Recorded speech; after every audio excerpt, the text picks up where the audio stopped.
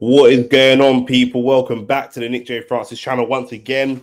Big game today. Arsenal are 10 points behind Liverpool, playing Chelsea away, and the pressure on Arsenal, and especially the pressure on Mikel Arteta, is mounting at the moment. Obviously, fans calling for his head, as fans have always called for his head when it comes to situations like this. As soon as we struggle, a lot of people think that he shouldn't even be in the job at this point. He never should have been in the job this long. This is going to be an absolute pressure cooker for him, because back in April of this year, we beat this same Chelsea team. Couple of differences: no Neto, no Caicedo in that game, no Cole Palmer. A couple differences, but we beat this same Chelsea team back in April of this year, 5-0 at their ground. So anything less than a win is going to be a massive problem. Now, look, the Premier League season, lots and lots of twists and turns. Man City have lost 4 on the bounce. Tottenham just lost to Ipswich at their ground. It's, there's a lot of twists and turns, but our fan base is just not trying to hear that. And I fully agree, because at the end of the day, you look at what Enzo Maresca's done. He's come in and he's turned that team around in a very short time. Chelsea were awful. Chelsea were absolutely awful when Enzo Maresca took over. He's turned it around very quickly. Arne Slot gone into a team which is already good. The foundations of that team were very good. Didn't make many signings and has got Liverpool absolutely cooking, 10 points clear. So other managers are coming in. The Brighton manager as well, showing what he can do and showing how we can turn the team around in a really short period of time. So Arsenal fans now looking at that and looking at, what other managers are doing and what other managers are capable of doing without spending big money and really with tactical stuff. It's looking more and more like Arteta has a very set way that he wants to play, and he is willing to take time to make that set way happen. And it does look like that set way we've seen over the last couple of seasons. It looks like that way can lead to titles, but it might take a little bit longer, because you might not have the exact perfect player, the exact perfect profile. And if he does have anything less than his perfect squad, can he be tactically flexible enough to get results? And compared to the other managers at the moment, it looks like not really is the answer. And we're seeing that again today, because we know that there are injuries. Ødegaard has just come back from injury. Saka playing on a slight injury. Declan Rice playing on an injury. But they're all back in the starting 11. Starting 11 for Arsenal: David Raya, Jurriën Timber, Gabriel, Saliba, White, Ødegaard, Partey, Rice. Really good to see Partey back in the midfield again. And hopefully, again, Ben White is somebody being rushed back from on an injury as well. Saka, Martinelli, and Kai Havertz up top. Now, that's a very good team. We know that, but we need, we're going out and signing players like Calafiori. We're going out and signing players, not really enough players, if we're being honest. Mikel Merino, Calafiori in the summer, everyone is pretty underwhelmed with that, given that we're meant to be, looking at winning a title this year, and that's all we did. But the bigger problem is not even just that that's all we did. The bigger problem now is that they're not even players that he trusts to be in the starting 11. They're not even players that he actually has faith in to be in the starting 11. So he really is rushing players back from injury to get that amazing starting 11. And it is an amazing starting 11, but he's rushing players back fit to get that starting 11 going. And that's really a problem. And that is where it looks pretty bad for him.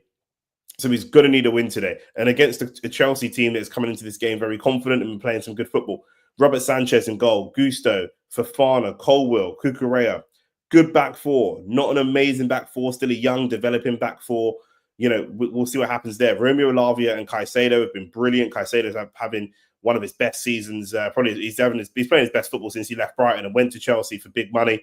Palmer, Neto, and Madueke in that the attacking kind of supporting three, and then Nicholas Jackson up top, who again very similar to Kai Havertz, started off a little bit shaky, but it's starting to come good now. So there's a lot of pressure on this game, a huge amount of pressure on this game. We need to go and win it. Now, where we can take confidence, we've had good results against Chelsea, especially at the Bridge in recent seasons. There was a time when we just couldn't get a win here. That doesn't seem to be the case now. We're in a position now where, we go there and win fairly regularly, but, it's just the pressure. It's dealing with the pressure, dealing with the occasion. Let's see what Arsenal do, because again, no matter what players we sign, there seems to be a consistent mentality problem. at Arsenal, where there's always a little bit of pressure. They always slip up. They don't really rise to the pressure the way that we've seen, obviously, Man City do, who are just like the top level standard, and even a team like Liverpool going 10 points clear in their first in Arne Slot's first season. So we've kicked off. David Raya playing all the way back to David Raya, and then going over the top towards Kai Havertz, and that's going to be the key. And we seem like, Kai Havertz, for me, we're too over reliant on Kai Havertz, in my opinion. Considering he's not someone we look at as a star player, he's not necessarily a marquee sign. And I know he came for big money, and since he moved to the 9, we're starting to get better football than we did when he was playing in midfield. But we seem over reliant on him in the way that if him or Saka have a good game, we can win. And if him and Saka don't have good games, we don't seem to be able to win, and we'll need a set piece. And as brilliant as the set pieces are, and as much as everyone, praises Nicholas Jover and the work that he's done on the set pieces, our goals from open play is very, very low, considering we were the top scoring team last season and the season before that. Obviously, other than Man City, who just had Haaland, but we've been playing some free-flowing open football, and some of the players that we've signed and the style of play that we play, Declan Rice coming in and Kai Havertz up top and things like that, it's made us a little bit flatter, a little bit more static actually than when we had Jesus and Xhaka and different things like that. Now we're better in other parts of the pitch, but possibly at the at the sacrifice of scoring goals, which is not what you want to see. Caicedo's down, small foul, just like, falling over basically under the pressure from Martinelli. And he's just gassing up the crowd already. It's only a minute in and he's already throwing his hands up in the air, trying to get the crowd going. That's good football from Ben White. Can you find Ødegaard? He goes wide to Havertz, which probably with the wrong pass.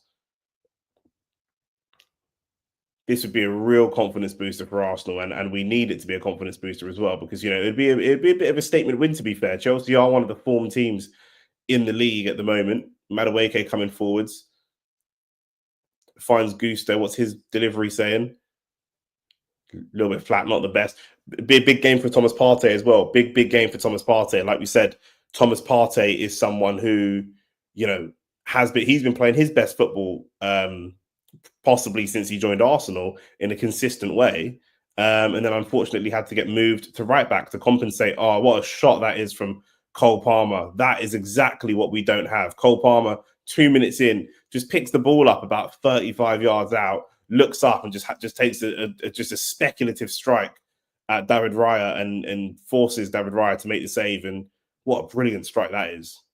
It is quite central, but it's swerving. It's a really difficult one for the goalkeeper. Although it's not top corner, it is very, very difficult. And that's what Cole Palmer's going to do. And that's what we need our players to do as well, from midfield.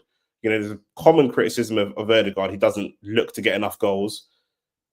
But Chelsea look really, really up for this. They're going super attacking straight away, as Maresca tends to do, to be fair. Cole Palmer with the corner, dealt with.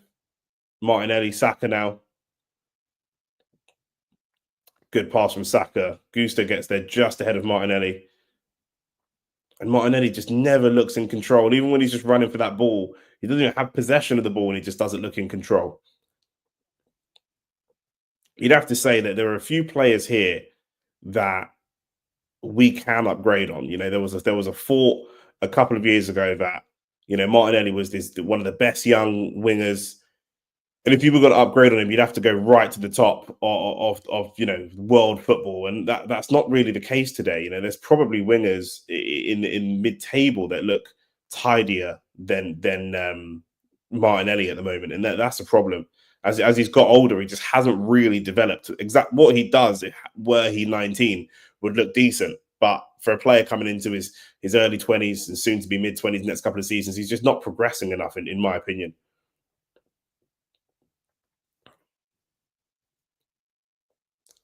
Chelsea's speed of attack is so quick. You can see the difference between them and us in just how quickly they put attacks together.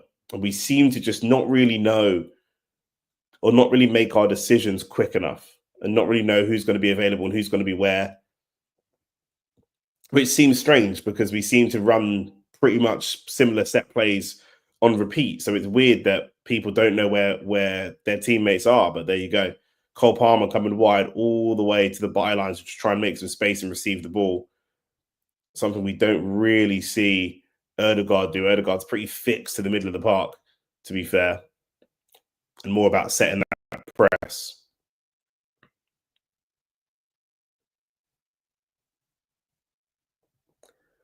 That pass is too easy. A pass from Levi Colwill just straight through the middle of the pitch. Gusto's going to take a shot. It's blocked by Gabriel. A pass straight through the middle of the park, through Saka and Partey, straight to Cole Palmer. And that type of progressive passing is what we just don't have. We have the ability in the team. So Gabriel can pass. Saliba is one of the best ball playing centre backs. Partey, Ben White, even. We just don't do it. We just don't do it. And that's obviously a common criticism of Declan Rice as well. Of someone who passes sideways too much and not forwards enough. Erdegaard, an extremely good creator, and the forward passes just don't seem to come.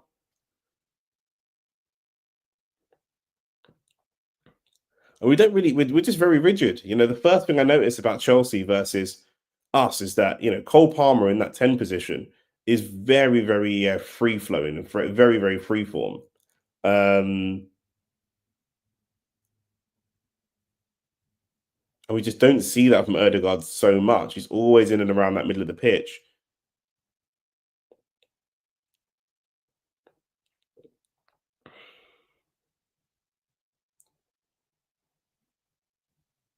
You can feel the urgency from both teams.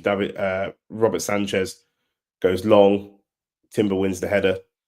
Sanchez is not the best keeper. If I'm identifying weak spots for them, Cucurella is a decent left back, but Saka can get at him. Saka's quicker, probably stronger than him as well. And Sanchez is a suspect keeper at the best of times, especially from set pieces. But we can't just rely on set pieces. We've got to test that goalkeeper. Anywhere in and around the 18-yard box, we've got to test the goalkeeper 100%. In the second half of our last game, we had no shots on target at all. And we're just going to have to do a lot better than that. Saka pressing Cucurella. That's brilliant. That's good. Forcing him back. And again, Cole Palmer's drifted all the way wide to make some space for him, and no one's picked him up. It's a good pass from Erdegaard out wide to Gabriel. Gabriel's pushed up. And again, we may have to break formation. Who's going to show some initiative to do that? And Gabriel just knocks it off Fofana for the penalty. For the corner, sorry.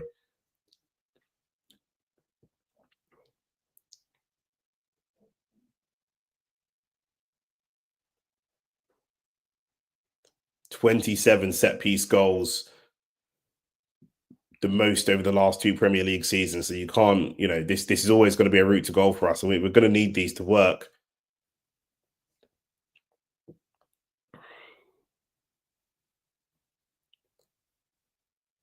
Declan Rice getting flack from the Chelsea faithful, as you'd expect.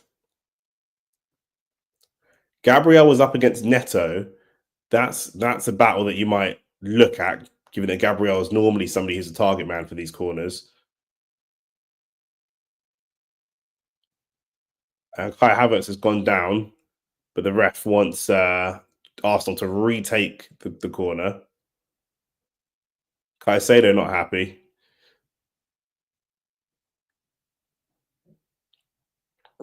One thing we have to do as well is not do too much shithouse and focus on just playing football.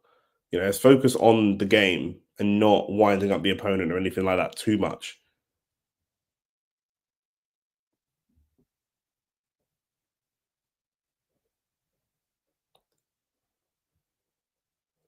Ref's having a chat with Havertz and Lavia.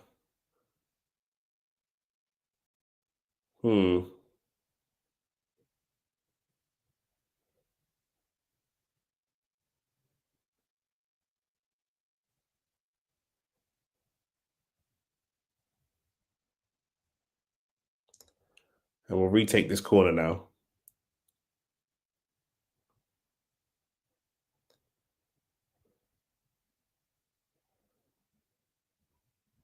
Corner comes in front post. It's flicked on really well. And Chelsea just starting to look to get it away. Declan Rice picks it up back into the box. Oh, Gabriel looked like it was close there. Ben White goes for a strike. I don't mind that. Declan Rice a third time. but he's pressed by who is that? Madueke.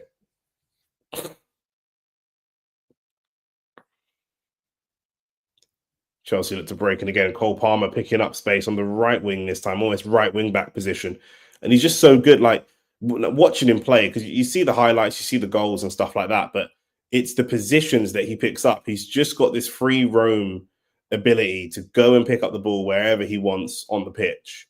I know there's that debate between him and Saka. I think that's a lot of the difference. Saka is very rigid to his position as he's coached by his manager. Cole Palmer is very free.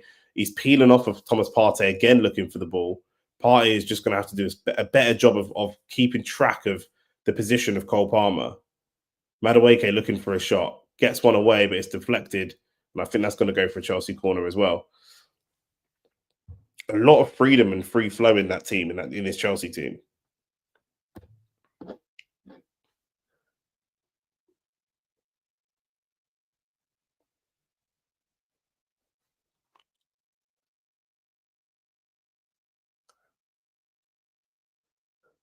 It's Cole Palmer taking the corner.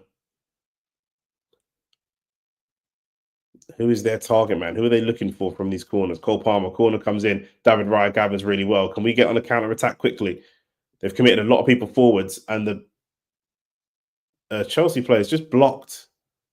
I think the referee's going to give the free kick because it was Levi Colwell just blocked the restart. He's putting his hands up and saying he didn't do anything wrong, but he definitely deliberately walked in front of David Raya as he tries to go and restart the game. Yeah, he's walked forwards and he's jumped back into him 100%. So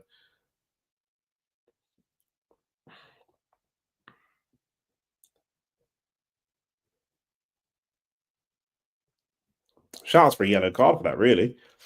I know it's not delaying a restart from a set piece, but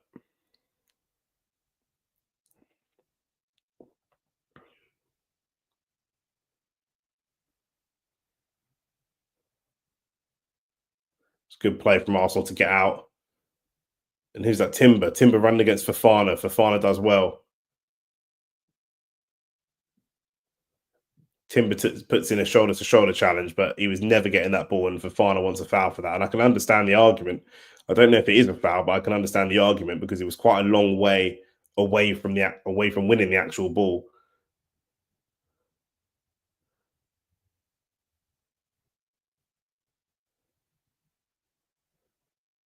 And Fafana does well again. Good to see Fafana back. To be fair, after that big injury, set him out for like a year. Quite a serious injury. It has come off Fafana though. That should have been a corner kick. But the ref and the linesman haven't seen it. That should be a corner. It's come off Fafana last. Chelsea have got away with one there.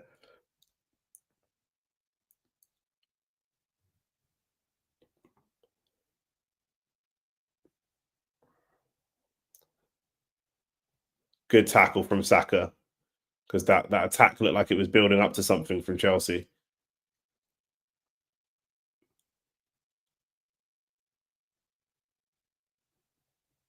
Nearly 15 minutes in, very open game. Erdegaard does come wide that time to receive the ball. Now Saka up against Kukurea for the first time. Finds Ben White on the overlap. He'll look to get across in nice and early. Headed away by Gusto. Timber now on the edge of the box.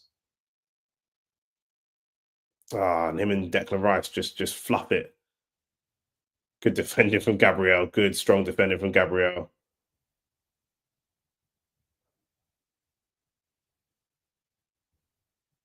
Saka, I want to see him running at Kukurea a couple of times and really putting the pressure on him. That's what he does that time. Gets the shot away, but it goes for a throw.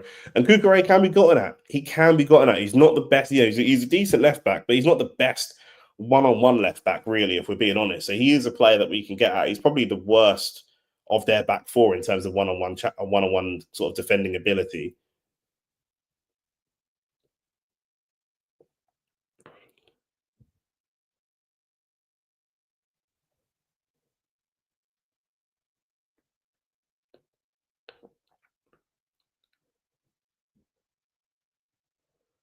Martinelli up against Gusto. He's going to look to take him on. Can't really get by him. He does well to retain the ball, but can't actually get past Gusto. It's good defending from Gusto, to be fair.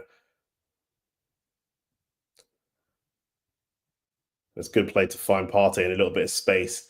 Midfield very congested. Someone's going to have to find some space. A good little pass in behind for Martinelli. Someone's got to give Declan Rice an option. Fofana just hassles him all the way back.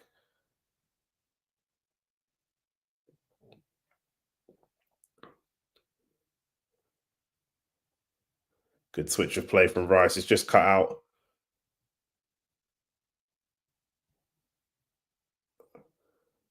It's good play from Odegaard. Good battle from Odegaard with Neto as well. It's just good battles all over the pitch today. Really good battles everywhere. But Partey and Rice are really showing what they can do in midfield. Partey, being the DM, defensive block, setting the plays. Rice pushing up a little bit more, looking for passes in behind, really a lot more progressive.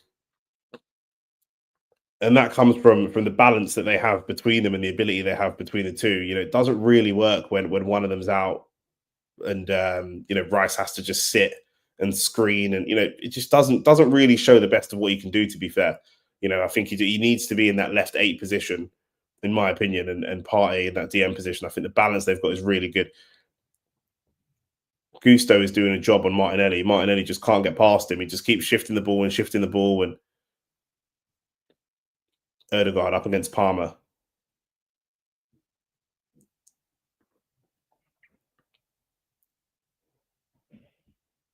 Odegaard starting to play a little bit more free in his positioning, and that is a really poor challenge from Caicedo. And is that going to be a yellow card as well? I don't know if it is.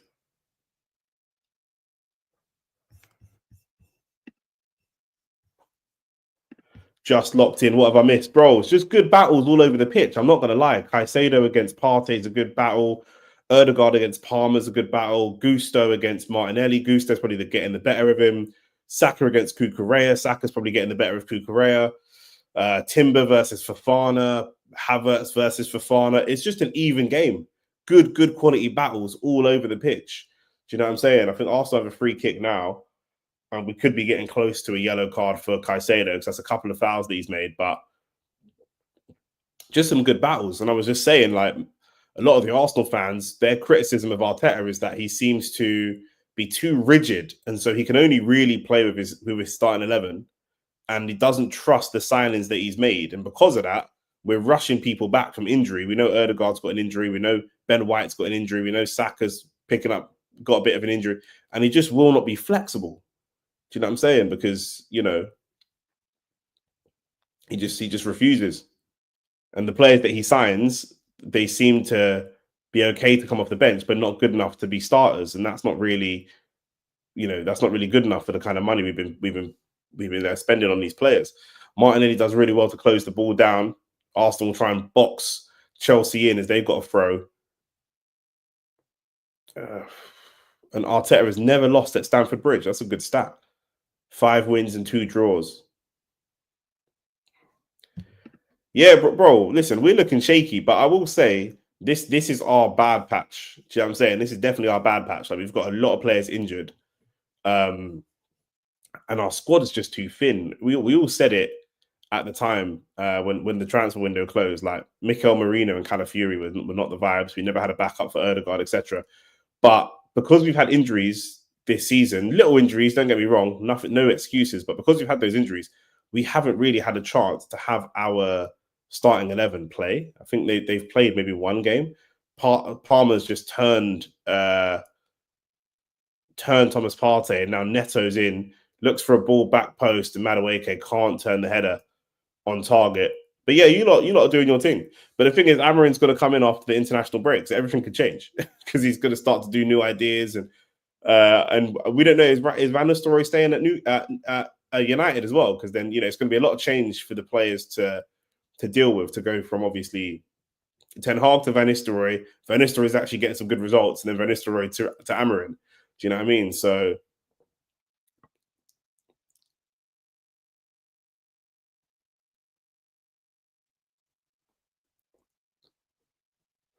I will say that the speed of the play from us, what a pass that is from David Raya under lots of pressure, and the speed of play from Chelsea is a level quicker than the speed of play. Palmer could be in here.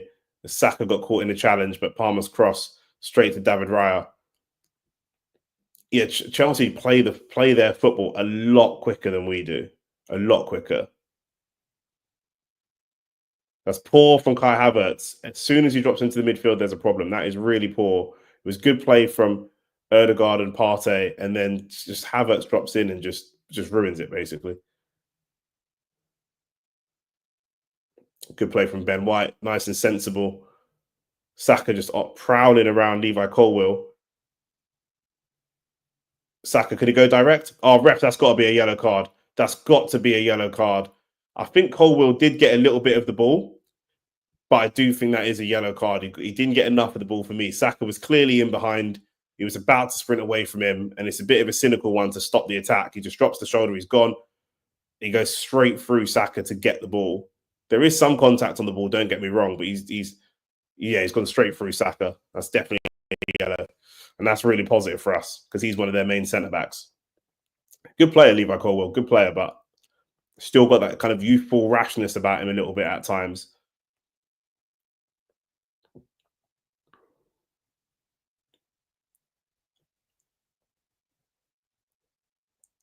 Also, I saw Spurs lost today. That's a positive for us. But yeah, bro, if we're 10 points away. Who knows? A lot of people don't think that Liverpool are going to be able to sustain this. I'm not sure. Like I said at the beginning of the season, they were the team to watch. I said I'm more worried about playing Liverpool than I'm about playing City. They have 6 top class attackers that can all rotate. That's a nightmare. No one else. Who else has that?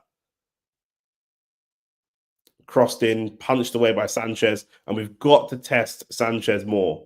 In my opinion, that's what we need to do in this game. Oh, how is that foul?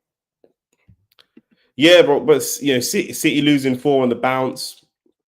Other teams are losing. Liverpool are doing well, don't get me wrong, but other teams are losing. That 10 points is a little bit flattering. There's other teams are just flopping. Obviously, because it's Man City, people are not going to say bottling because people only say bottling when it's us.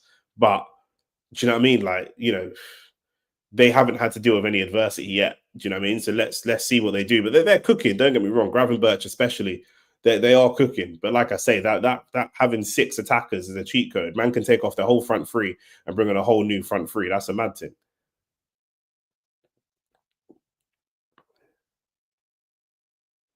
Madueke looking to run at Timber.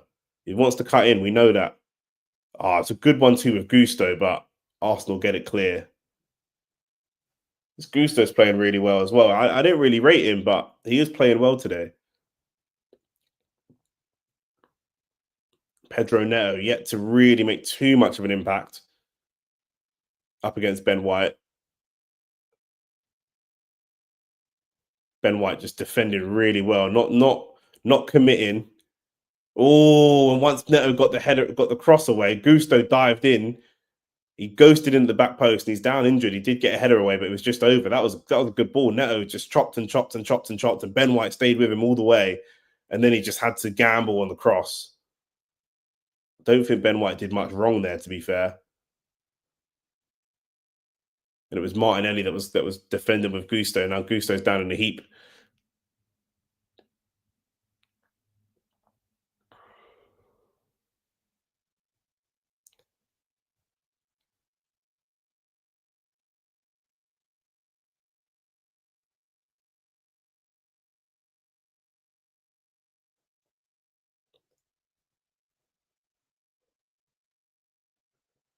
Is that his knee? I think it's his left knee that's the problem.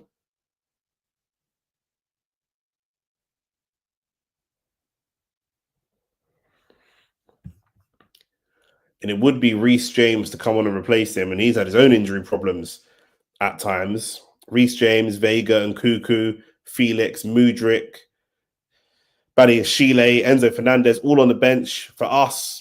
Jesus, Kivior, Zinchenko, Trossard, who I don't want to see anyone near the pitch today, Jorginho, Mikel Marino, and then Lewis Skelly and Ethan Wanieri.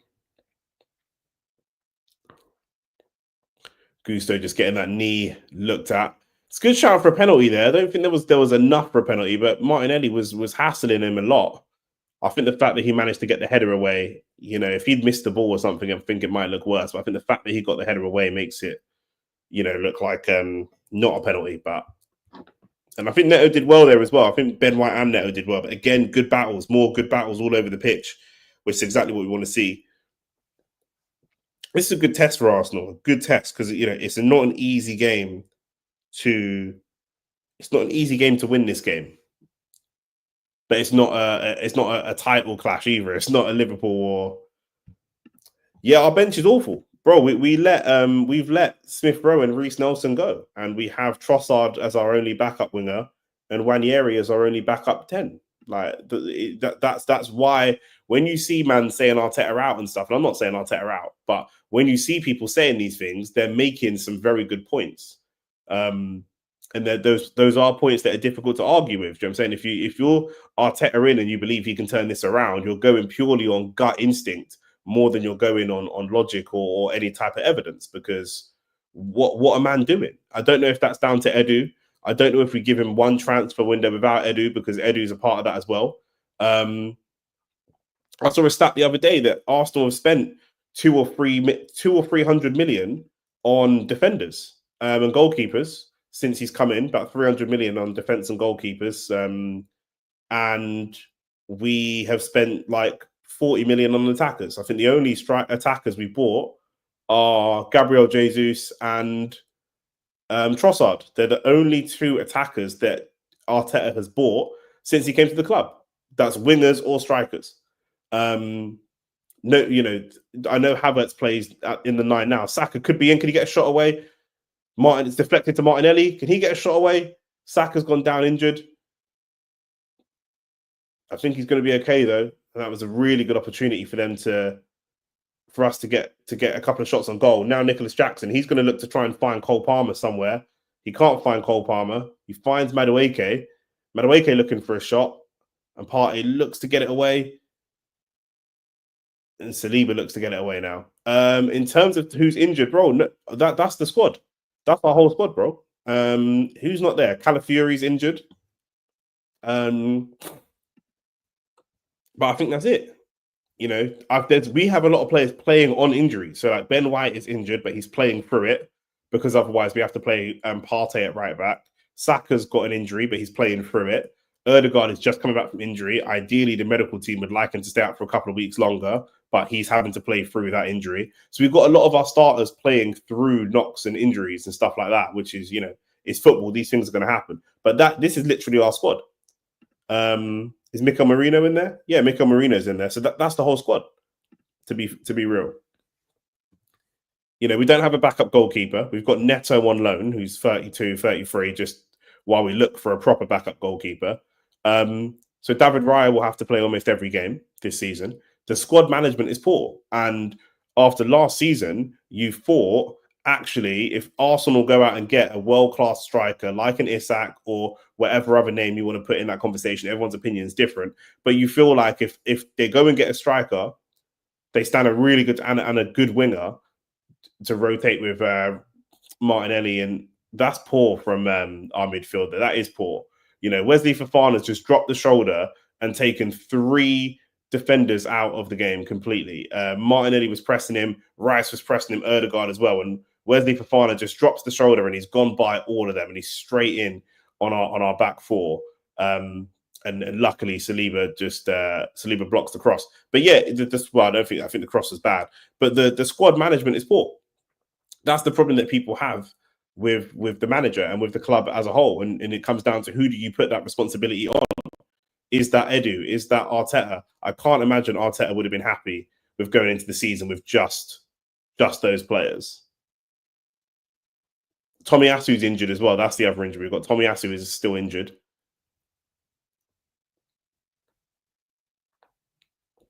So the squad management's really poor. We're really, really thin on the ground. We went into the season saying if Odegaard or Saka get injured, we have no actual backup for them. And that's the situation we find ourselves in. The only backup would be Trossard, and Trossard this isn't down to Arteta, but Trossard has just been appalling this season. He's been a totally different person. He's been absolutely awful all season.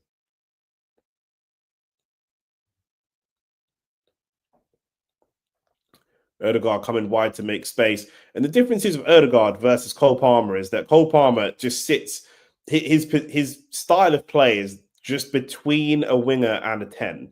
And I can see why people like him, because when Odegaard drops deep to pick up the ball and he's got people pressing him, he's looking for a touch, he's looking for a pass, touch, turn, pass, and then he wants to pick up another space to pick to win the ball. When Cole Palmer drops out wide to go and receive the ball, he just spins and runs at people. And we don't have that many direct runners. That's a good ball over the top to Ben White. Can't get it under control. Levi Colwill comes across. Trossard is much better as a sub, yeah, but even as a sub, bro, this season, yeah, he's been fucking shit, bro. He's cost us 2 red cards. He got the red card against Brighton. Don't know what he was doing. Stupid red card. He cost us a red card against Saliba because Saliba took down the last man. But if you look at if you go watch the red card again, Trossard kicks the ball. He sends the ball back towards the goalkeeper, and it's too hard for the defense, but too short for the goalkeeper. So he puts Saliba on the back foot. Saliba has to bring the man down. Well, maybe he doesn't have to, but he does. And that's down to Trossard. And he's just dropped like several stinkers. Like he's just terrible, bro. He's cost us a lot this season. He's been shit, sub or starting. He's just been awful. Andrew Green, our resident hater. Havertz is not useless, bro. He's not actually useless, but he's not versatile. He can only be used in one way, and everybody knows what that way is. So against teams with big, strong defenders and big, strong centre-backs, like a Newcastle, straight into Havertz, quick free kick taken. Can he make it 1-0? He can. Man said Havertz is useless. Havertz is useless, 1-0 Arsenal. Man just told me Havertz is useless, bruv. Yeah, bruv. He scored for fuck. Yeah, bruv. Our resident hater, Andrew Green, blood. What do you mean useless, blood? Take that back. Where's my apology, blood? Where's my apology, bruv? Where is my apology, bruv? Andrew Green, why aren't you typing, bruv? I want to see Andrew Green is typing. He must be smoking green, blood. What are you talking about? Big Kai Havertz, blood. Now, but all jokes aside, yeah. 1-0 Arsenal. We have a free kick here. And is he onside? I think he might be offside. It might be ruled out anyway. It's a good quick free kick taken. I think he's going to be offside.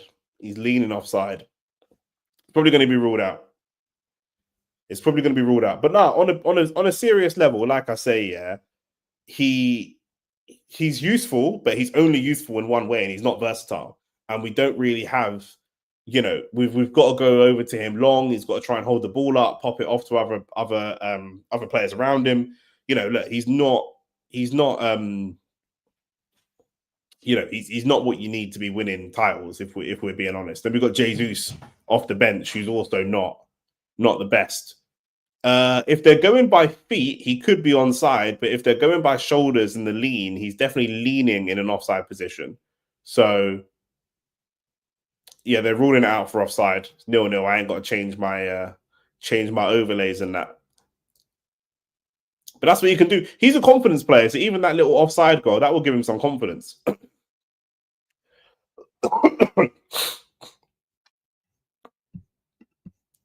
But he's not useless. He's just not the level, innit? Do you know what I'm saying? Chelsea very lucky. Chelsea are very lucky. They got away with one there.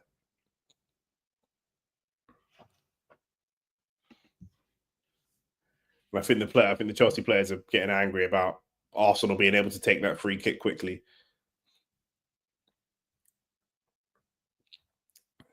And it's a yellow card for Pedro Neto. I'm not sure what that's for. Probably dissent. But Levi Colwell's yellow card is still interesting. If we can put a bit of pressure on him and try and run at him. We don't really get players sent off because we don't really run at players enough to make them make fouls. Do you know what I mean? Like we do a lot of off the ball running. Thought you can't surround refs anymore, bro. When it's not Arsenal, yeah, man, do what they want. Like man will be doing bare foul throws, man will be surrounding the referee, man will be doing bare shit. Do you know what I'm saying? And as soon as we do so, bro, do you know how many times I see man stop play, stop a free kick from being taken or delay the restart? But when it's us, it's yellow cards and red cards, bro. Make it make sense, man. These man, whatever, man. Just slap Man City with these charges and get me my titles, bruv. You know what I'm saying? Man will take those. And I'll have a parade for it as well. I'm shameless. I don't care.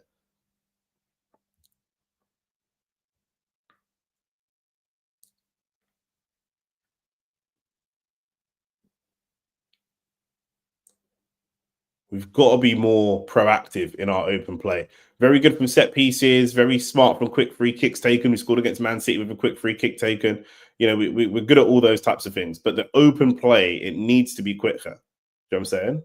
What do you mean I can't take titles by default? Of course I can. What do you mean, blood? Of course I can. Man will buy like a 1 square meter of land and call myself Lord Francis, blood. I don't care, blood. I'm shameless. I'm not bothered, bruv. I'm not bothered at all. Because man will take them titles off of us. Do you know what I'm saying? Those are my titles, bruv. Run me my titles. I'll go to Manchester and pick them up directly, bruv. I'll drive to Manchester and pick them up and drive them back. You know, like that. I'm not fussed. Big man thing. Oh, that should be a yellow card for Madueke as well. I don't think it will be, but that should be. It's just a cynical one. To be fair, we're too far away to make it a yellow card, but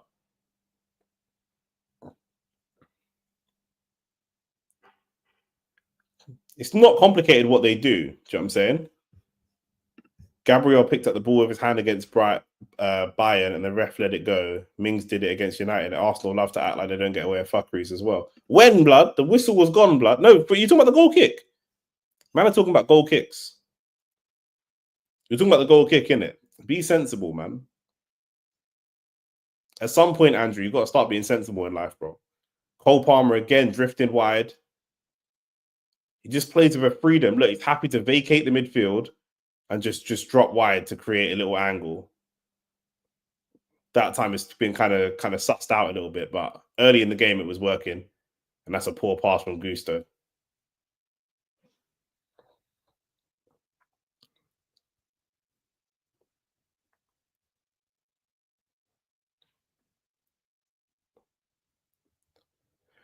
Rice as well. Like one thing I'm not keen on with this team, yeah, is right. We do a lot of giving the ball to Rice and letting him be this kind of quarterback type of player, yeah. And Rice can pass, but he's not a great passer of the ball like that to let him roam and dictate plays and stuff. Like he's not.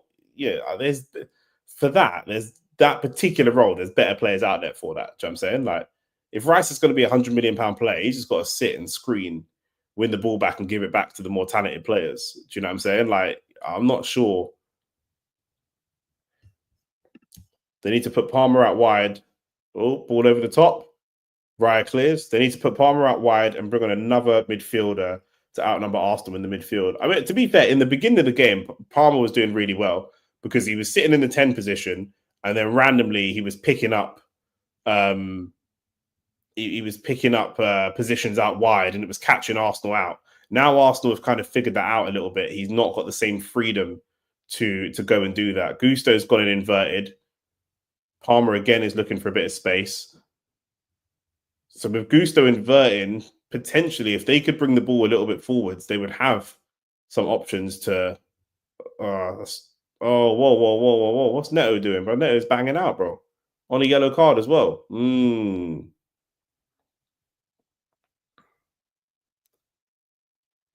Neto's getting very frustrated. Just kind of kicked out at Ben White there. Ben White gave him a foul, but Rice is Henderson with the side part. He runs around and does nothing. Typical English midfielder. I don't agree, but I can see Ben White's just got a yellow card for a foul on Neto. What's going on? What's going on here? There's obviously some battle that's happened somewhere.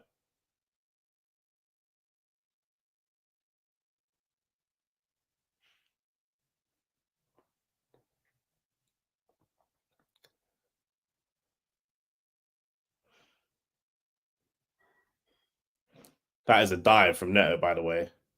That is a dive.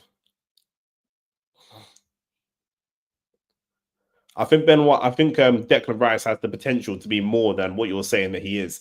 I can see why you're saying that, but I think he has the potential to be more. But it's all potential, isn't it? He's not actually doing it. So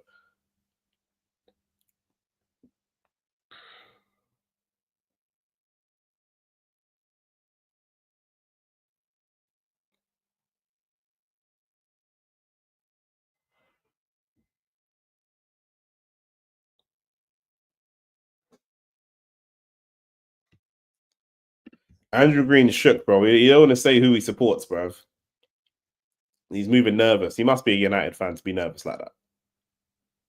Man said, I support football. What kind of foolishness? Arsenal trying to play it out from the back.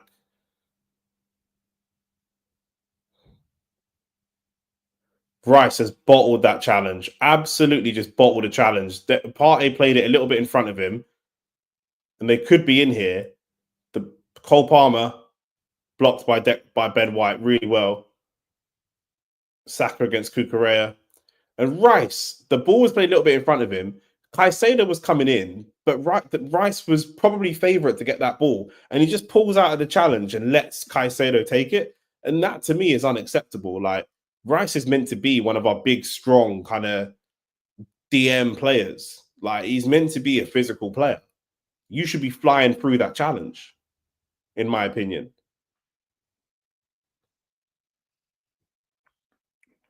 I think he's bottled that. I hear that, but a lot of Arsenal man gas him up as if he's an all-action midfielder. Gallagher does the same thing. He just does it. He just does it uglier. Rice over Gallagher. I think Rice is a level above Gallagher, though. To be fair, in terms of his defending and his tackling, in terms of his leadership qualities. Remember, Rice is captain of his old club, box-to-box player. You know, solid tackler. He's just better than Gallagher. They're similar style of player, but Rice is a level, possibly 2 levels above Gallagher for me. But so I knew you were a United fan. I support United, but I don't rate most of them either. I knew you were a United fan. Had to be. Man, they're shook to say who they support. Got to be United fans. Even though you man won today still. You might want a good win today still, but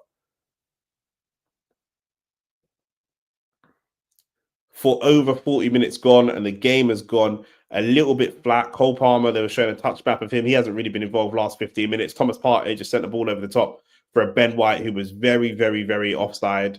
The game's just gone a little bit. It was really exciting first half an hour, lots of good battles. Game's kind of gone a little bit flat. That's good because there's an opportunity there for someone to take some initiative and make something happen. I'm looking at Erdegaard.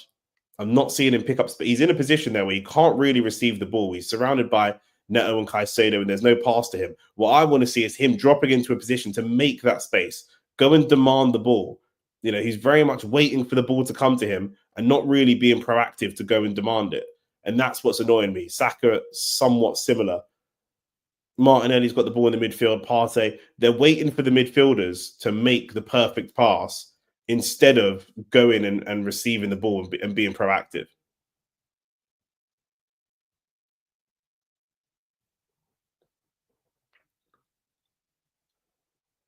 Good throw to Havertz. Partey out wide to Martinelli. Timber, can we turn this into a shot on targets? Too many times we're in the final third. Rice, ball forwards, Martinelli, and it goes for a corner. Offside? What? Don't think I was offside, but whatever. Erdegaard hiding in between the lines. Human used to get onto Ozil for that. He is a passenger. We never got into Ozil for that. That is not true. We got onto Ozil for not wanting to run once, and that's definitely not offside from the liner. Martinelli's way onside. That is an awful decision from the linesman, in my opinion. Yeah, but listen, I don't think that we got onto Ozil for that. But I'd agree with you. Like I said, I just called it out myself. You know, Erdegaard is waiting for the ball to come to him. You know, he can drop into the midfield and look to receive it. He can drift out wide like Palmer does and look to create a space there and double up with Saka. There's a couple of different things he can do, and he's not doing either of them. He's just waiting for the ball to come to him and seeing what happens. Declan Rice gives away a really poor free kick right on the edge of the box, and this is right in Cole Palmer territory. It's good play from Nicholas Jackson. It's just a long ball over the top from Sanchez. Gabriel wrong side, misses the header. Timber, the first half challenge, and then Rice on the foul. And he's arguing, but I don't really know how he can. Oh, no, it does look like a dive, to be fair. Yeah, that is a dive from Nicholas Jackson, to be fair. You see Gabriel lunge, but pulls out the challenge, and Rice lunges and pulls out the challenge as well. This is right in Cole Palmer territory, and he'll look to take this one. This is a worry.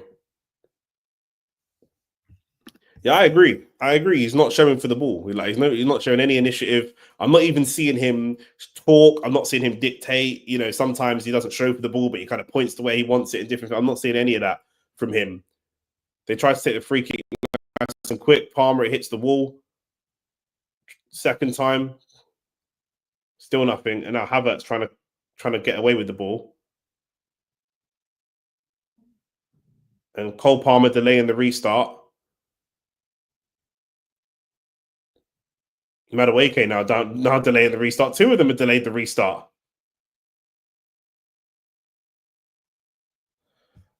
Yeah, second half is looking dead, bro. Man can't really do entertaining streams when fucking this game's dead, blood. But I hear it. If you get bored, roll through. Madueke does get a yellow card. So Palmer just delayed the restart first by grabbing the ball after picking the ball up. Didn't get a yellow card.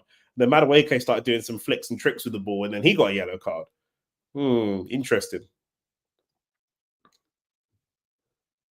Declan Rice galloping forwards towards the final third. I don't know what that was. Now Nicholas Jackson coming forwards. It's another dive. It's another dive from Nicholas Jackson.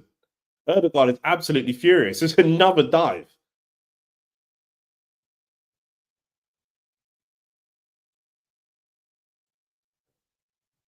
Nicholas Jackson coming forwards. Erdegaard again stands there like he's going to make a challenge, but doesn't make a challenge. And Jackson dives again. There's two dives.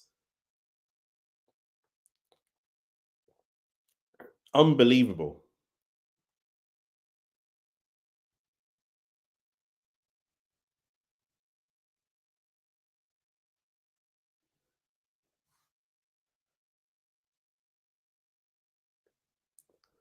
Yeah, we're too bait, bro. We're so obvious when we do our little dark arts, bro. It's so bait. And we've given them two free kicks back to back, two opportunities to take these free kicks. But the ref has to be a little bit better and see these dives because these dives are blatant.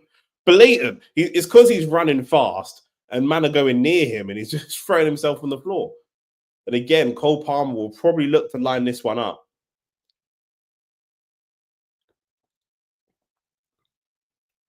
It is Cole Palmer, hits the wall again. And boys, we've got away with two. Let's not be stupid and get a third. We now know this guy's going to dive. Let's not be silly.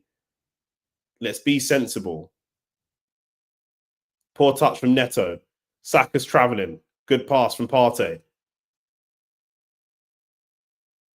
Can you find Erdegaard in that space? To be fair, Erdegaard dropped into the space that time and the ball didn't find him. We need to be more confident with our forward passing. We've gone all the way back to the fucking goalkeeper. For fuck's sake. We've got to trust Erdegaard in those little pockets. We're just waiting for the opportunity to be too perfect and too clean. Now Palmer's got two on the left with him. Pedro Neto's there.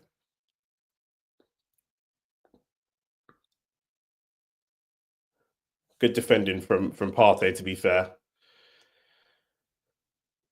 And that's it. That's half time. It is now half time. And bro, it looked like it could be an entertaining game. It did.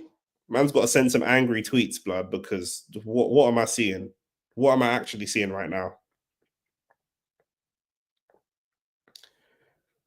But yeah, bro, it looked like it could be an entertaining game. First half an hour was pretty even, some good duels, and then it just died, bruv. The game just fully died. Like,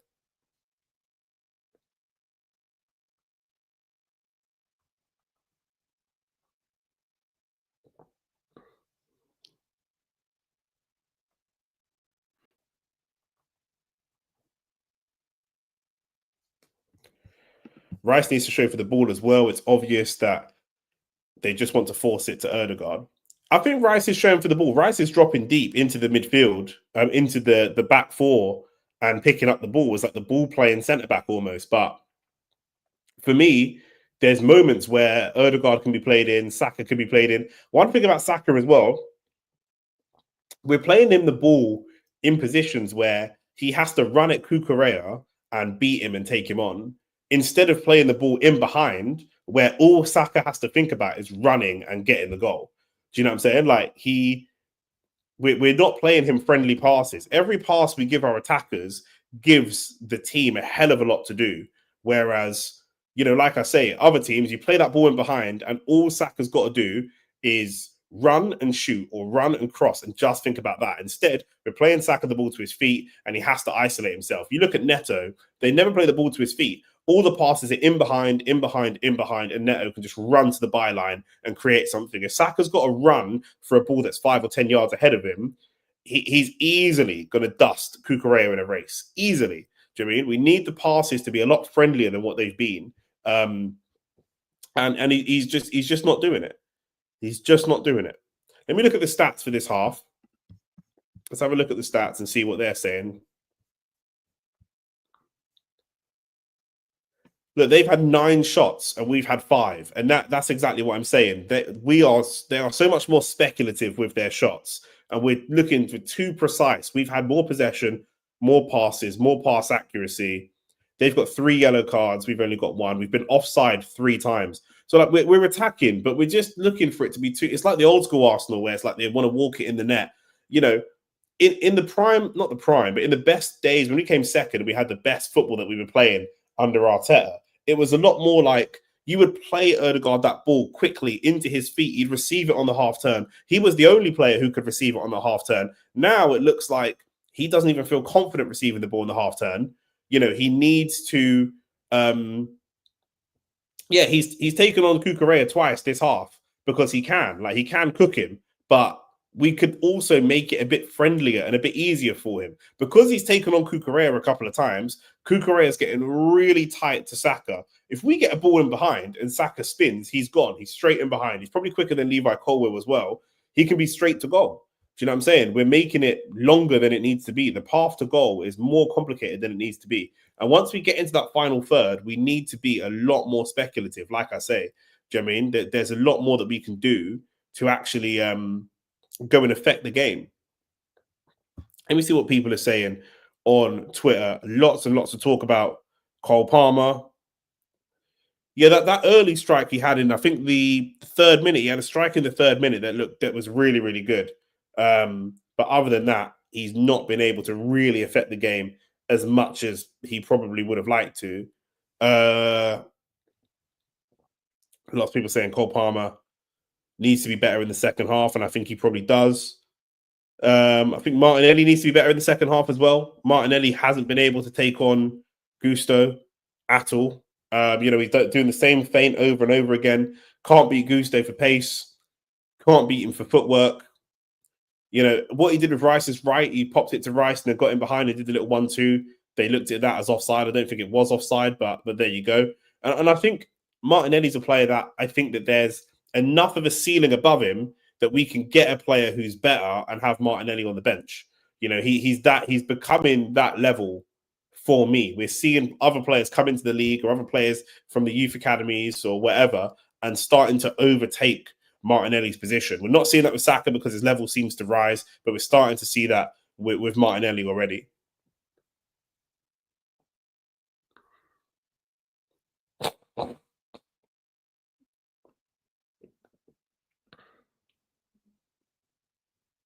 Lots of people saying Martinelli needs to be replaced. Just looking at this opportunity for Gusto as well. Thought Ben White did really well. Martinelli is just another Rashford, head down and run, no thought process in anything that he does. Yeah, they're both similar in the sense, not just similar in that sense, but they're both similar in the sense that if you looked at Martinelli and Rashford at 19-20, you would think that they were about to go on and progress from there, but they haven't. And a lot of their game is based on pace and power. And as they get older and they lose that pace, right now, if Saka loses a yard of pace, it won't affect his game too much because his game isn't really just focused on pace. He's quick, but his game's not focused on pace.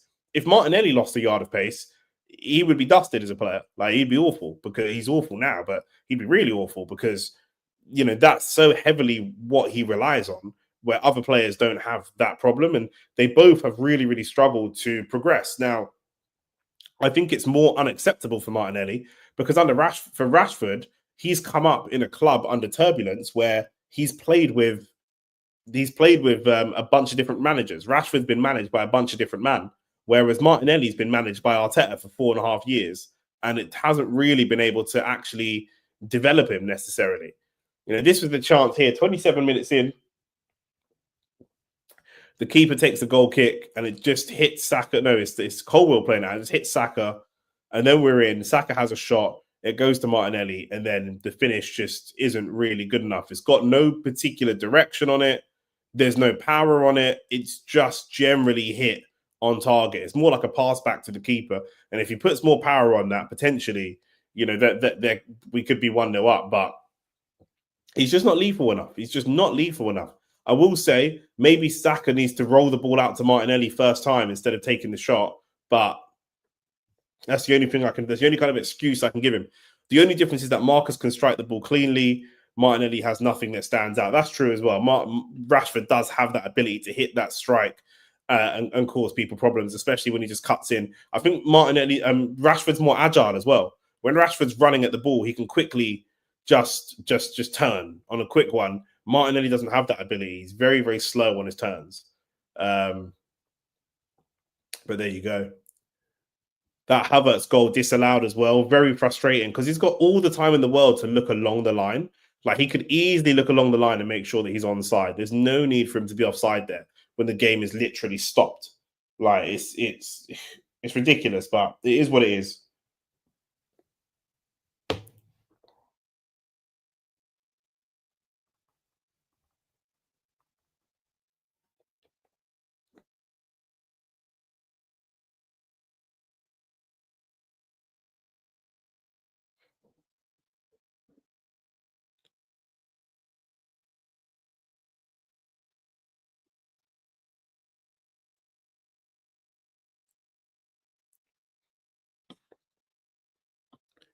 And the problem is with the way that Arteta has built this team, we're not even really looking at any players that can come off the bench and really have any type of impact if we're being real. Do you know what I'm saying? Like, who are we looking at to say, yeah, this player can come off the bench and have a say or affect things? Like, I'm not seeing that.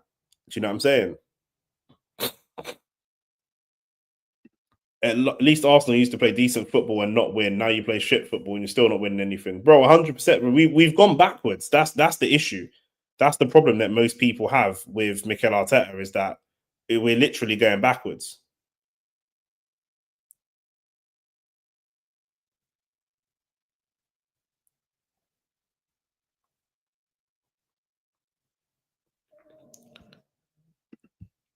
Yeah, bro, it's peak. To be fair, they were always well. Marquinhos is like a 6 million gamble, but Fabio Vieira was meant to be signed. Fabio Vieira, like man's seen Fabio Vieira put in good performances. Like I've seen it. I've never seen Marquinhos put in a good performance for anyone, but I've seen Fabio Vieira tear it up in Europe. I've seen him have good performances. I still think he's one of the best strikers of the ball at the club. Why he's on loan in Portugal and not playing a part in this season is bonkers to me. We have Erdegaard and then we have a 17-year-old Ranieri. Like Ranieri's good, but that to win a title is mad. That is mad to me. Like I can't see what Arteta was seeing. He had a big injury, and then after his injury, he's slow to kind of come back and recover. And then they just loaned him. I think they've loaned him to Portugal just to properly recover from the injury. But yeah, his Arsenal career died, bruv. His Arsenal career definitely died a death, 100%.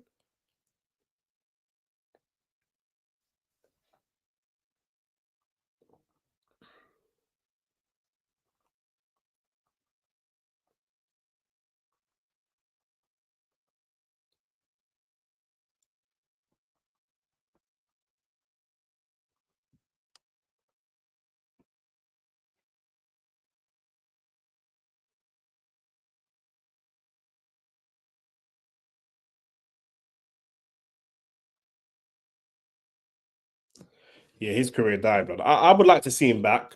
You know, so many of the players that we've let go, like it's just so frustrating. Like we don't have anything different. We don't. What do we have to look at to go into the second half and say, right, we're going to freshen things up. We're going to bring someone on. We're going to do something that's a bit different. Like where have we got that? We literally don't. We don't.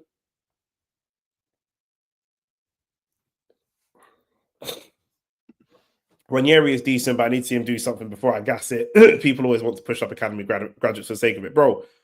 Ranieri at 17 years old, yeah, shouldn't be coming on when we're 2-0 down to try and rescue a game. Like, that's not what you do to your academy products. Do you know what I'm saying? Like, your academy product should be for when you're 2-0 up, 3-0 up, and the game's relatively comfortable, and then they can come on and add that extra goal, and then it's like sick. You know what I'm saying? Like that, when you're 17, 18, 19, those are the kind of performances you want to put in them. Little 10, 15-minute, decent, tidy cameos where you ain't got to force anything. Do you know what I'm saying? And then once that's done, and you come in and do them cameos there, then as you mature into 20, 21, 22, then you can start going on and being the starter and leading the line and making those things happen. Bringing on academy products at 17 to try and rescue a game for you is unfair. Unless it's Lionel Messi or someone like, or Neymar, that's unfair. Do you know what I'm saying? Because you're setting a player up to fail. Like, who's going to do that? Like, it's just not realistic. So, like I say, that's my frustration with Arteta. If he don't win anything this season, he's definitely got to go. He's definitely got to go. Because there's no argument. Like, man, I'm running out of arguments for this guy. Like, he's running out of arguments. Even if you like him, a man like him and support him and like what he's done with the club, and he's like our version of like Ollie. Like, he's set things up well, and he's good vibes and whatever. Do you know what I'm saying? Like, cool. All of that is cool. But you have no actual evidence-based, intelligible argument to put forward for why Arteta should stay in the job if he doesn't win a trophy this year. There's no actual argument or reason to put forward other than emotions. Do you know what I'm saying? And emotions are cool. That's cool. I got emotions. We've all got emotions. But there's no actual argument to put forth. It's just, I think he can come good. I think it can happen. I hope it can happen. Cool. Do you know what I'm saying? But we ain't really seen no evidence of this or evidence of any of that at all. Like, we've got no reason to believe that that's the case. Do you know what I'm saying? It's just vibes and hope. And that's what it is. And I'm not a vibes and hope man. Do you know what I'm saying? Like, the man that are coming in, a lot of man were not calling for Enzo Maresca. They weren't really sure who he was. A lot of men were not calling for Arne Slot. They weren't really sure who he was. Brighton's manager is only 31 years old. So there's managers out there. When people say, oh, if you're going to replace Arteta, give me a name. I don't know all the names, but potentially you're going to have to gamble on someone and think outside of the box. It's not always, let's go for Pep, Klopp, let's go for Zidane. Bro, there's man out there that are, do you know what I'm saying? Like, there's man out there that are actual football guys, like, do you know what I'm saying, that are coming up in the game. Like, our club should have tabs on these guys. It's not my job. If you pay me 150, 200 grand a year, I'll know all the names and I'll rattle off the names to you. But as a guy sitting here doing my day job and doing a bit of YouTube on the side, don't turn around to me and say, but who are the names? Blood, are you an idiot? Like, are you a clown? Like, do you know what I'm saying? Do you think I've got Football Manager downloaded in my head? Like, what kind of foolish question is that? You can see when something isn't working without saying what is going to work. I can see I can see it's not working, bro. Like, what more do you want? Do you know what I'm saying? Like, yeah, bro. Some of these men are batty, man, innit? That's all I know, bro. That is actually all I know. Like, I got a comment on one of my videos the other day, yeah. A video that I had where I was criticizing what's his name?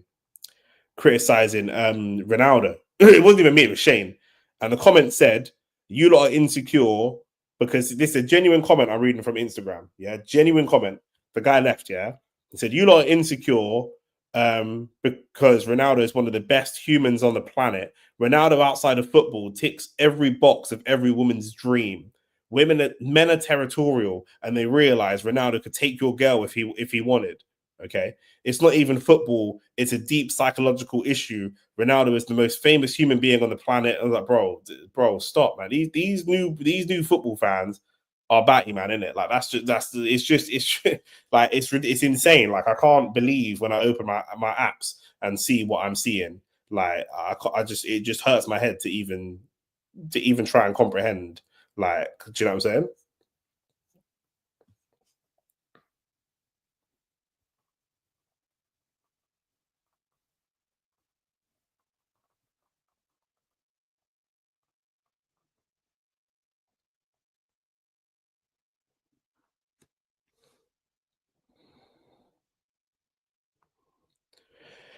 Getting ready for the second half. Hopefully, a better half than the first half. I mean, it can't really be a worse half than the first half. Well, it can be a worse half, to be fair. The first half an hour of the game was exciting. I stand by that. The first half an hour was good. There's some good jewels, but then it just died. So But the game's there to be won for both sides.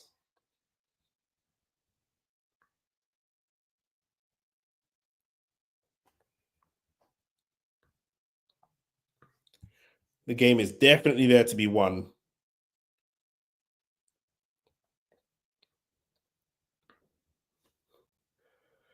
And what do we want to see in the second half? What I want to see, I don't think I'm going to see it. I want to see some initiative. Cole Palmer running it. Partey gets the cross away. David Raya gathers. I want to see quicker football, and I want to see some initiative from our attackers. And I don't believe I'm going to see it. We roll it to Declan Rice, and then he just stands there and looks for a pass. It's got to be quicker.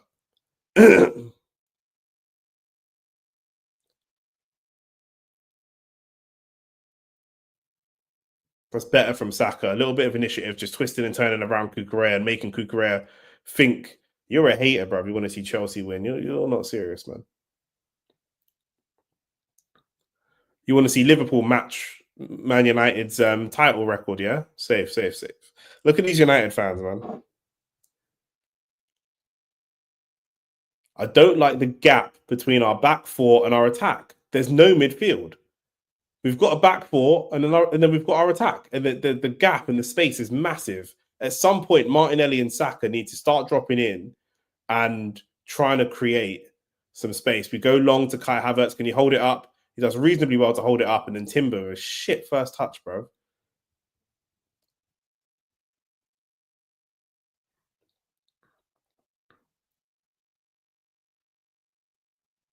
Neto against Ben White. That's going to be a battle as well because they're both on. Both of those are on yellow cards. Neto was just starting to kind of lose his temper in the first half. I'm not sure why. Cole Palmer's found Neto. He's looking for a cross.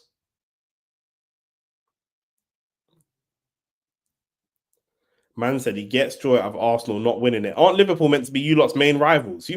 Man, them love to hate us. They hate us more than they love their own clubs. I stand by that. Madueke towards the byline gets a cross away. David Raya gathers again. And look, what Chelsea are doing is not anything amazing. Down the byline, get the cross. Down the byline, get the cross. That's it. Do you know what I'm saying? But we're not even doing that.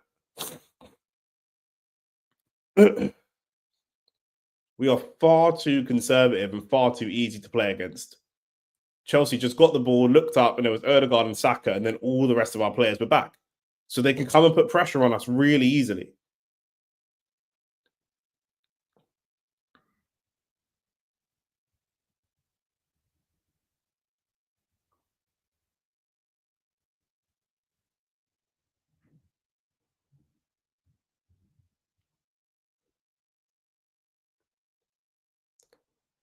Madueke again, so much room. Goes for the shot. It's a wild shot. Man thought he was playing. Man thought he was playing FIFA. If Arsenal are so timid, yeah, then why are you so desperate to not see us win anything? Like, what? Why does that give you joy if we're timid? We must be some sort of threat.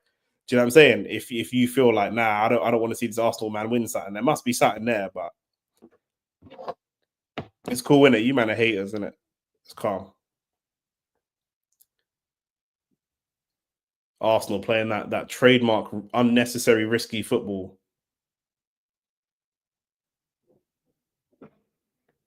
We don't take any risks offensively, and we take all the risks defensively. That's a good touch from Saka. Gets a touch towards Erdegaard. Little 1-2 to get a run on Kukurea. Good feet. Gets between Kukurea and Neto. Finds Declan Rice. Can we find a pass or a shot? Finds out wide to Martinelli. He's up against Madueke. That's a better battle for him. Cross into the box. Oh, and it just misses everyone. It's a good cross as well. It's not bad football at all.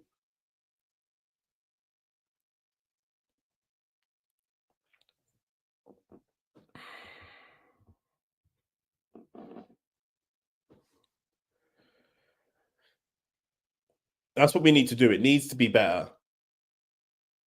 It just needs to be quicker. We could play the exact same football and be quicker. Sterling's cup tied, and I'm not cup tied, but Sterling's obviously we're playing a team that he's on loan from, so he can't play. That's a poor pass from Timber for Martinelli. Timber's not been good today either, so that's going under the radar. He's a good player, but he has been shit today. If we're being real,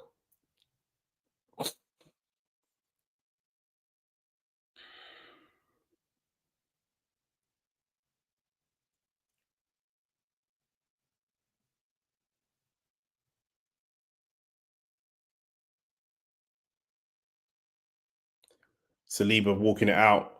That's a good pass to That's a good pass. We can find Timber. Can we find Timber? We don't find Timber. We go inside. Can we get a shot away? We can't get a shot away clean. That was good play. When we talk about initiative, that was good play from Saliba to set that initiative to walk the ball out. He just dropped the shoulder, went through the middle. But come back and attack. Our team is just focused on attack, on defense. I think Sterling's played a full 90 this season. Has he played a full 90? He's played a few minutes, but he's just dead. To be fair, do you want to see Sterling, yeah? I don't know if you play five-a-side, yeah, but you know when you see them fat brothers at five-a-side, yeah, but they've got incredible tech. Like Sterling can't run. He cannot run, yeah. But what he can do is he can drop the shoulder. Like when he when he like walks and he don't run and drop the shoulder on someone. He just literally walks and plods along and then just cuts. And it always sends, man. It always works. But like he doesn't do it at pace. He plays walking football. It's mad. It's actually mad. Another corner for Chelsea. I've got a feeling they're going to score. I've got a feeling they're going to score because we're not taking our chances. We're not being aggressive enough. We're not doing the things that we need to be doing for us to go and get a goal.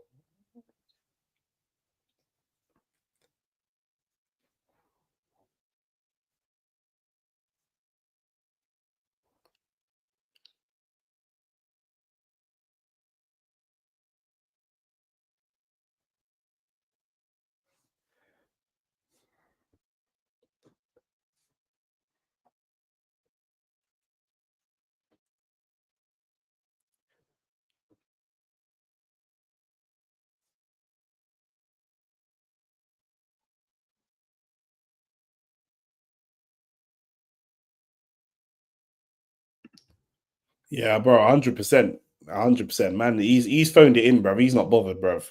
Sterling is not bothered. We know that much. That much we do know, bruv.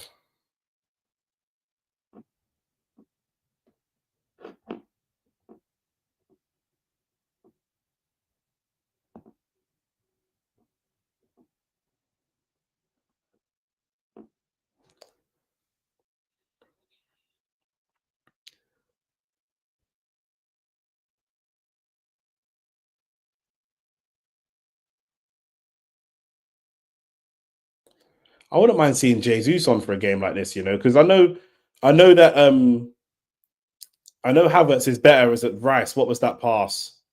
Come on, man. I know Havertz is better. I know Havertz is better as like a target man, but we're not really using him as a target man anyway. We might as well get a footballer on the pitch. I do think Jesus could come on and have an impact here. Because I think our route, I don't know what Arteta's doing, but like when we had Lacazette and those guys and Aubameyang and that, it was all passing and playing on the floor. And then randomly, like he's just randomly gone to like target man. Like let's move to a target man now. Like I thought it was just I thought it was like an evolution. I thought it was like, okay, cool, we can play football on the floor, and if that's not working, we'll go to a target man. But now everything's in the air. Everything we do is in the air. It's all crosses, it's all target man football, and nothing's really played on the floor like it used to be. Neto up against Ben White once again, and he just passes it off. Gusto with the strike. For all of our focus on defense, our defending still is not very good. Like our tracking and picking players up is just not good enough.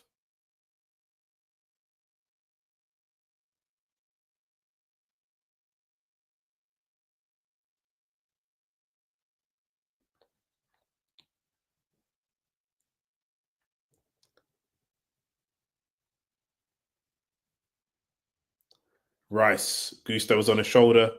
Martinelli gets beyond Madueke. Can we get a cross away? Gets the cross towards. Who is that cross to, bruv? Just the cross to nobody.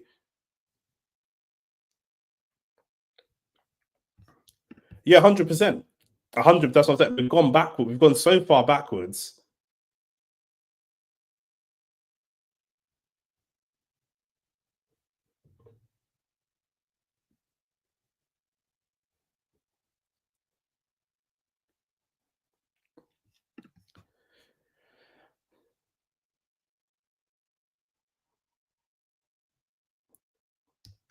Yeah, bro. We play so slow. We just play so slow.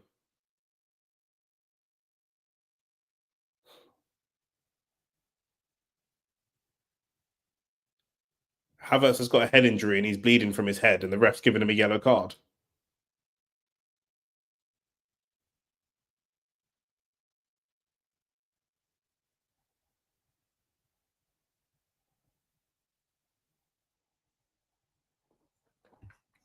Yeah, we've all the football we play is just too slow. It's just too slow. And if Havertz has got a head injury, I suggest we get him off and just look to get Jesus on, because so much of Havertz's game is about getting his head on the ball and winning battles with his head. Um,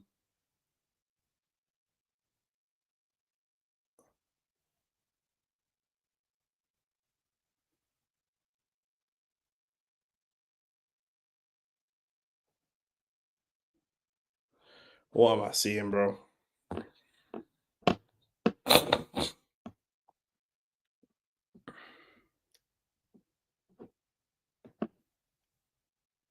Odegaard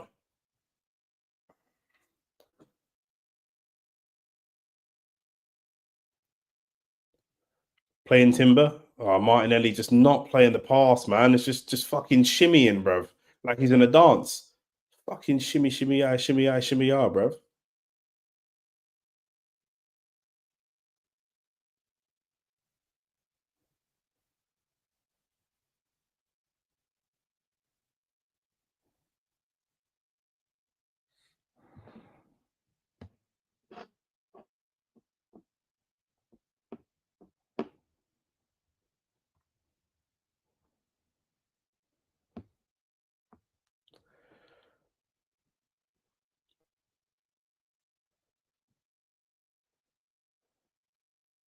That's two or three challenges straight in the back from Caicedo and Nicholas Jackson. At some point, there's got to be a card. And Havertz is back on after that head injury. The problem is, like, bro, we're playing the ball so slow. If we've got Havertz on, we're not. It's not even like we're playing to his strengths. We're not even playing to his strengths. We're not even giving him the opportunity to really show what he can do. All right, let's stay onside from this fucking free kick.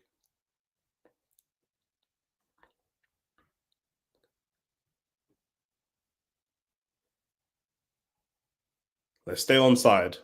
And we need a good delivery from Rice. Not too close to the keeper. The ball goes straight to Sanchez. We haven't tested Sanchez at all. Like, it's been such a comfortable game for him. He's coming out of the game. You know, you don't want to go into a boxing match and have someone come out of the boxing match feeling like they ain't been in a fight. And Sanchez is going to come out of the ring feeling like he ain't been in a fight today.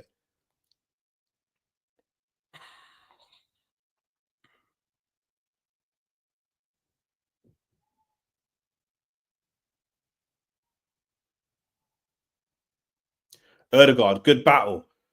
Havertz. This is where Havertz can probably slow the game down a little bit because he's got no support of him. Finds Erdegaard again. Can Erdegaard find Partey? He can. What can Partey find? Erdegaard once more. Ball across. Martinelli. Easy finish. It's 1-0. Come on. 1-0 Martinelli. Let's just wait for that offside, but I'm pretty sure that is onside. That was good football, and that was all from Martin Erdegaard pressing. Good aggressive press from Martinelli. Good aggressive press from Erdegaard. Sorry, Erdegaard set the press, won the ball back. Good play from Havertz. And you know what that was? Quick passing. Pass. Quick, concise decision making. We can do it. That was the only time I've seen us make quick passes. Quick. If we go and look at the average time to pass in that phase of play versus the average time to pass in other phases of play, 100%. Man, like Alexis in the chat, bro, the passing has been so slow, and I got to send a tweet right now. Do you know what I'm saying? That one phase of play had quick passing.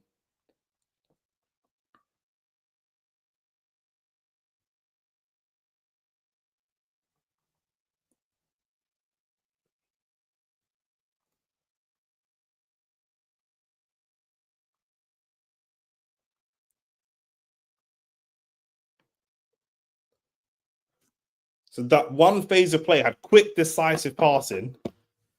And just like that, we're 1-0 up. Just like that.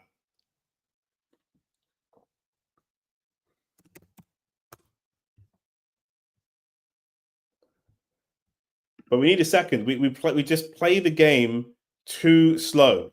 And it's got to be quicker. We know the players. We know who's around us. We know the positions. The speed of play is unacceptable, in my opinion. It really is.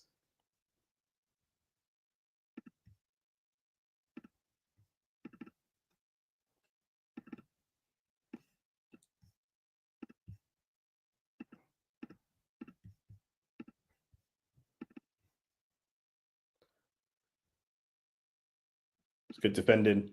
I don't want us to just hold. We should be looking for a second goal. We need this. You can say Gary Neville gassing his dead game. I'm going to watch Barca after this to cleanse my eyes, bro. I hate Gary Neville on commentary. I really, really do. Even when he's nice about us, I can't stand him. Again, up top, too easy to pass through. We're still too easy to pass through. All the focus on defense that we have. And Neto just brings down Ben White, and he is on a yellow card. I don't think that will be a second yellow, but he's got to be careful. He's on a yellow card already.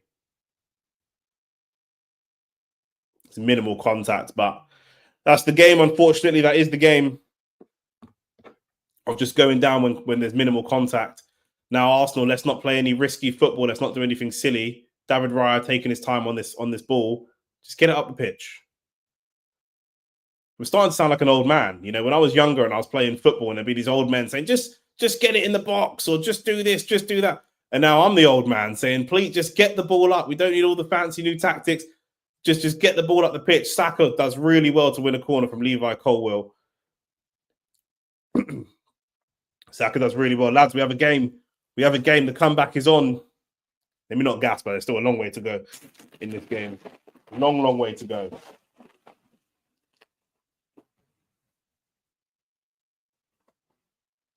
Man's got my popcorn. Man needs snacks for this game.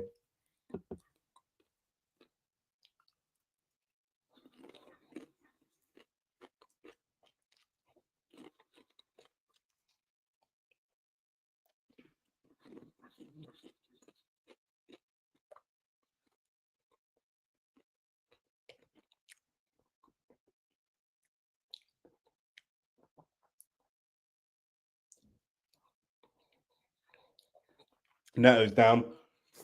And Neto, again, he's on a yellow and he's just getting into loads of little battles all over.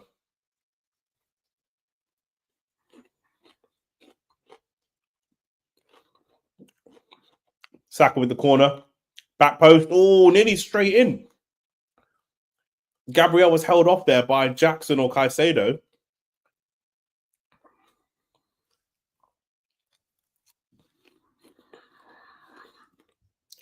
Palmer needs to wake up. Missing in action there. Palmer needs to stay asleep. Palmer, just chill, blood. There's a game next week as well, blood. Just chill. Don't burn yourself out, blood.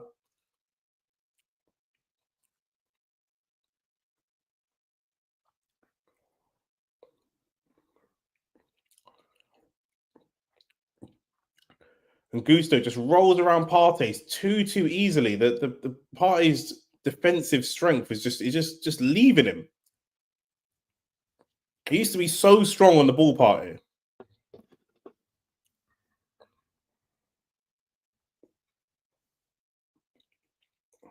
Madueke. Cross to the back post. Nope. Cross to nowhere.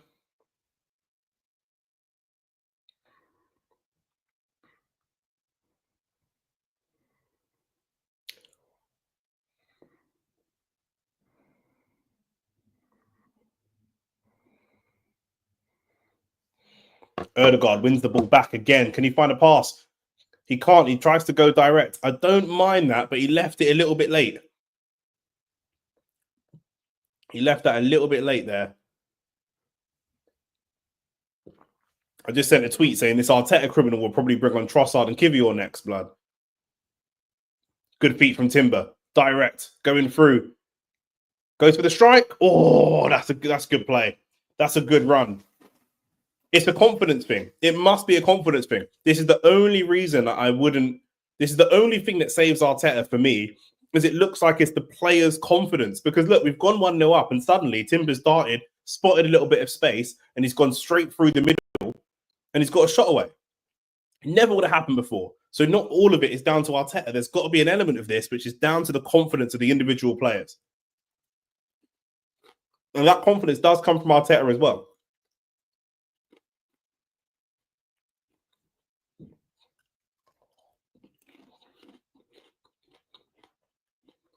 It's a good finish from Martinelli. It's a really tight angle. Takes one touch to set himself, and that is a good finish. Robert Sanchez getting done at his near post. It's kind of unacceptable.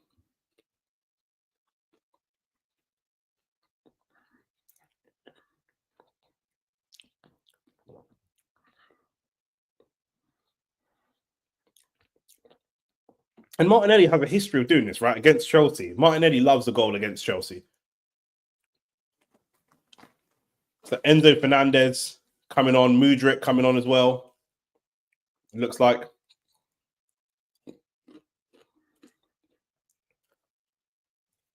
That's what I said. The keeper. Conversations got to be had for the keeper.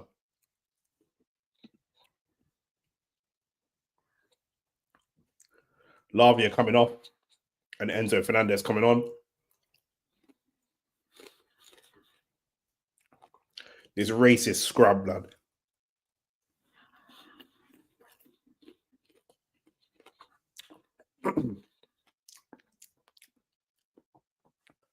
Madueke swapped with Mudryk.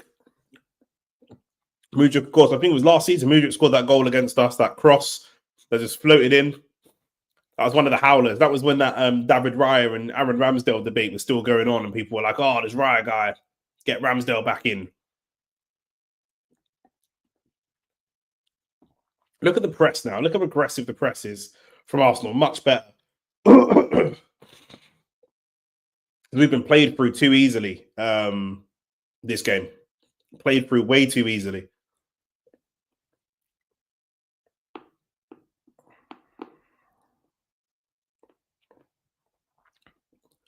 Rice pressing on to Caicedo nice and aggressively. It's a good run from Wesley Fofana. There's minimal contact, and the ref is going to give a foul for that. There's minimal contact on that challenge, and you know the ref is going to give a foul. But you see Wesley Fofana coming out of the centre-back position and driving with the ball. Someone's got to stop him. Someone has got to stop him. Not somebody dropping back from the wrong side of him, which is going to give away a foul. Someone in front of him come forward and stop him. Come on. We're all backing off. He's a centre-back. Absolutely ridiculous. Now Enzo's going to take this free kick, his first involvement in the game. Free kick's kind of dead.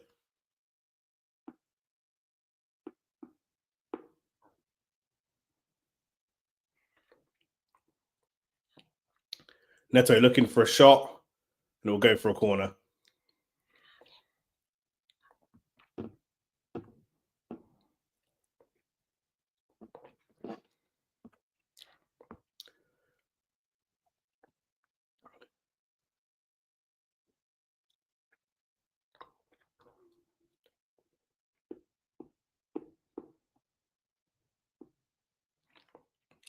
"20 minutes and then some for Arsenal to survive."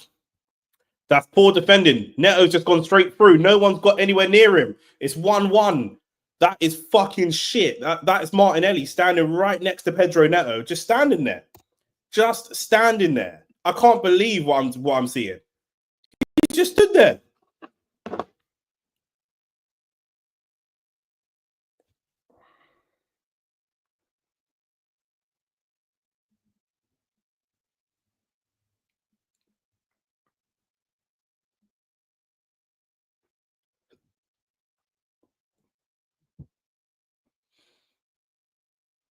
That is shit. That is actually shit. Like, it's crap.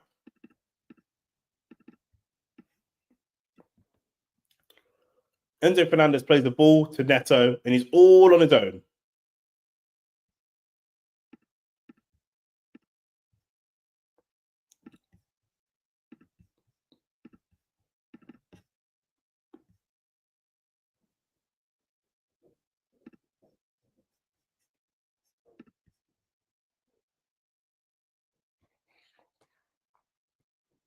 No defending.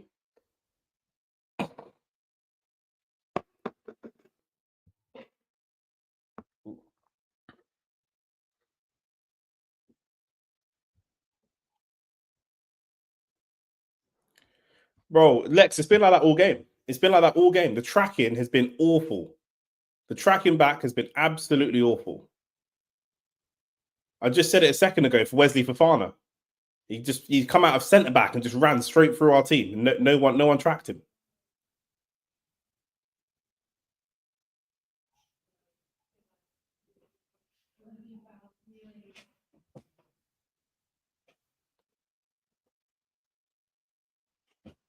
Rice is off and Mikel Merino's on. I didn't even see that substitution happen. Merino and Trossard for Rice and Martinelli. Trossard owes us something special.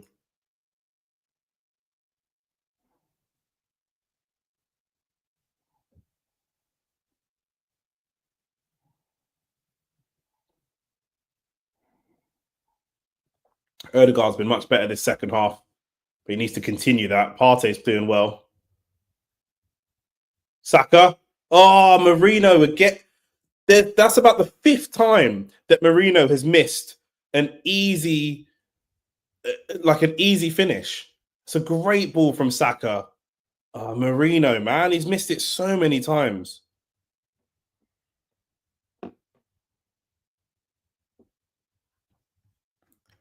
Rice, Stinker, and Hooked. You look like a different team to last. We are a different team to last season. We are focused so much more. I said this earlier. We're so much more focused on target men up top, crossing the ball, corners, and we're not really running plays based on the ground football. Do you know what I'm saying? Like we're not really doing it.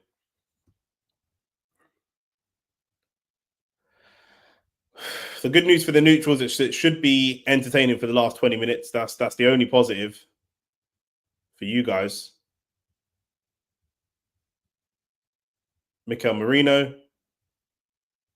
That's good touch and turn from Merino. Merino is such an interesting player. He's like this big target man, wins duels, but can play a bit of football as well. Crossed in. Merino's at 2-1. Oh, what a save. Mikel Merino again.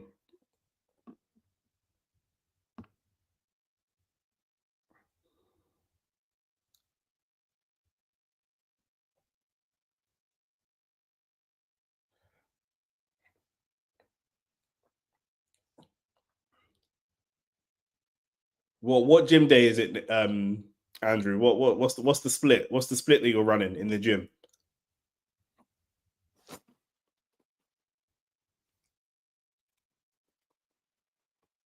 Brother, don't try this Saka. Saka just put in the last two crosses for our chances that we just created. What are you talking about?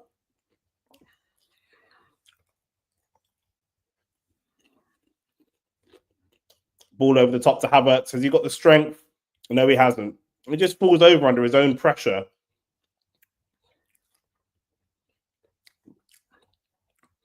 I'm sure Jesus can come on and do something. I'm sure of it.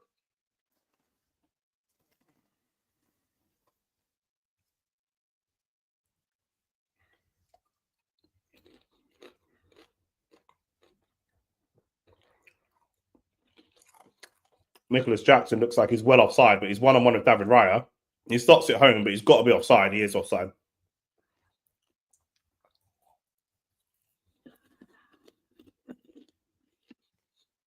Bro, Chelsea fans are Chelsea fans, innit? Right, we already know that. We know what they're on. So, anyone that supports Chelsea, boy, good luck to you.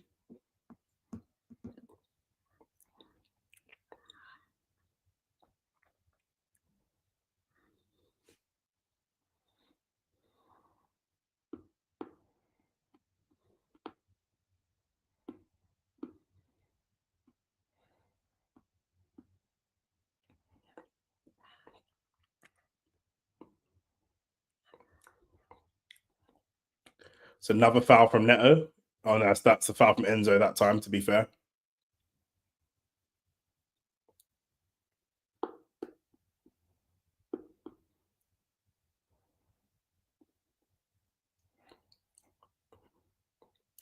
Mikel Merino with another shit pass. Nice, simple, flowing football, and then Mikel Merino just a fucking terrible pass.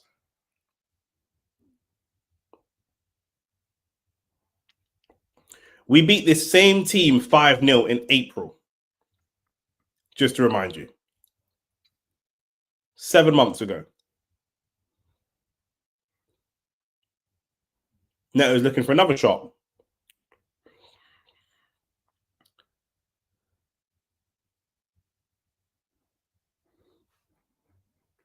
Bro, training isn't going to help us. The players are lacking confidence. They're not mentally strong enough. Do you know what I'm saying? Once we go 1-0 up, we look like we're on it. And once it goes 1-1, we look like we're not on it again. Do you know what I'm saying? Like, man need luck to get up in the game, and then it's all confidence based. Because the goal shows what we're capable of doing. We just don't do it. As soon as we scored, Timber picked up the ball, started driving through the defense, got a shot away. Like, we started doing some stuff. But before that, we wouldn't do it. It's just confidence and the ability to rotate the squad. We don't have the squad to rotate in the way that we would like to. That's good play from Marino that time. He's so Marmite, Marino. Like, he can do good things and then he'll do something stupid. Not really seen Trossard get into the game since he came on. Mikel Merino is really good, really strong.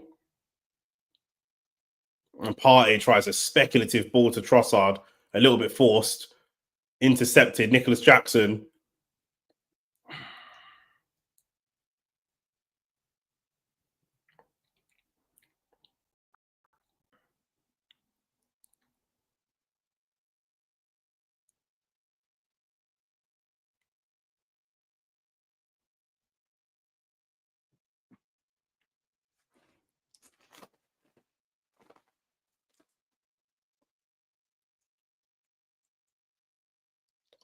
Man said Arsenal is a special ed school. What if we're a special ed school? What are you, man?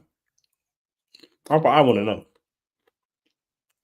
Saka brought down by Cucurella. We've got an advantage though. Erdegaard over to Trossard. Trossard, can he get us a goal? No, he can't.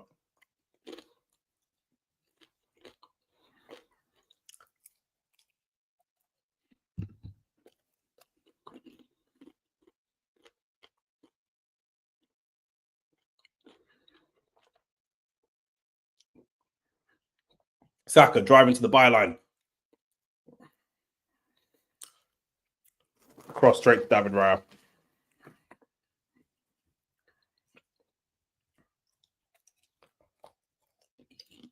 You lot do that nonsense.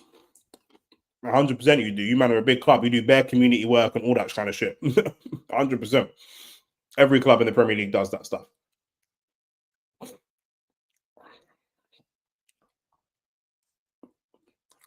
Who's that yellow card for? Is that for Cucurella? I think it is.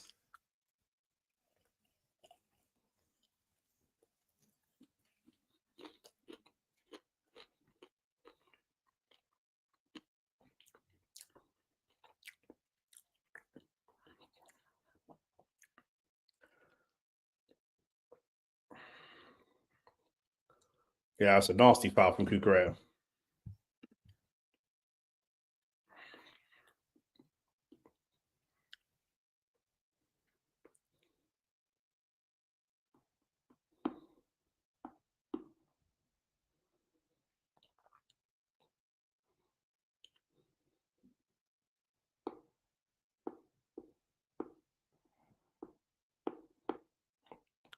Now Jesus is going to come on. I think that's a sub for Saka.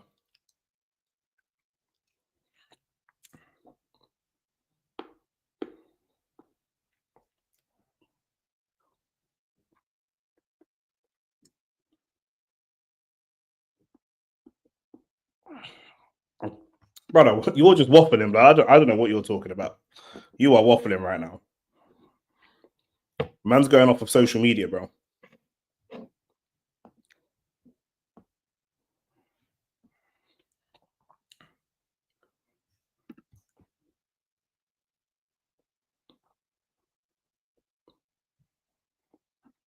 $80 minutes in, 1-1.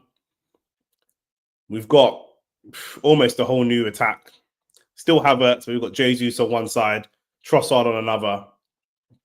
Two players that you'd expect to be in a position to try to prove themselves, try to show something. Two good goal scorers, maybe more natural goal scorers than Saka and Martinelli, to be fair. But they lack that. They lack the kind of the athleticism of the younger players. Reece James coming on now as well.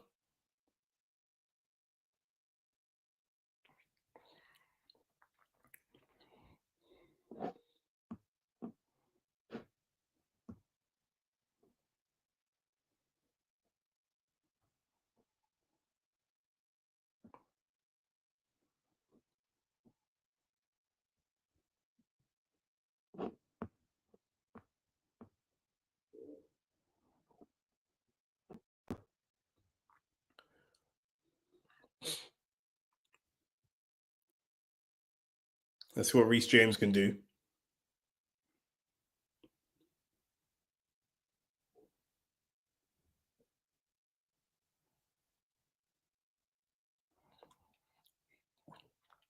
Again, a pass straight out, straight through our team.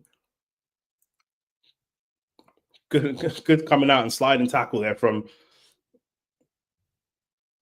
David Raya. Gabriel Jesus has just lost the ball twice, trying to do too much.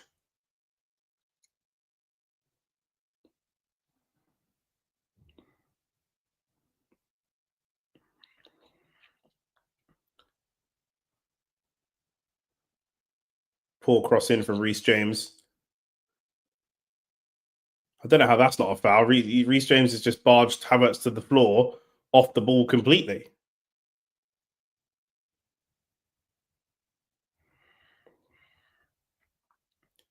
How's that not a foul?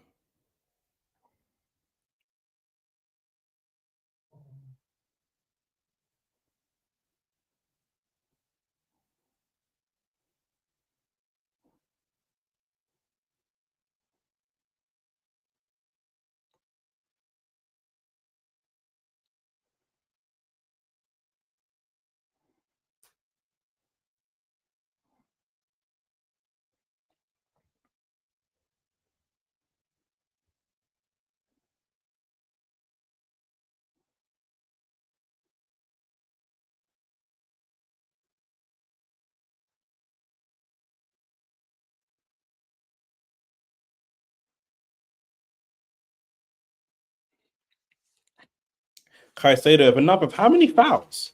How many fouls, man? There's constant dirty fouls. Like nowhere near the ball.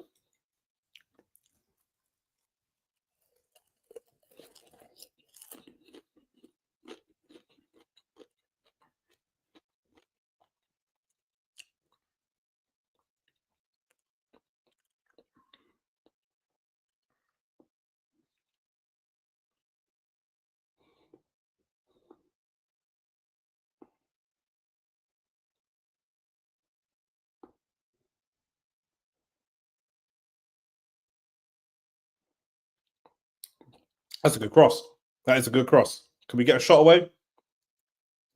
Good tackle from Timber. That's a good tackle. Is it called not offside? Oh, bruv.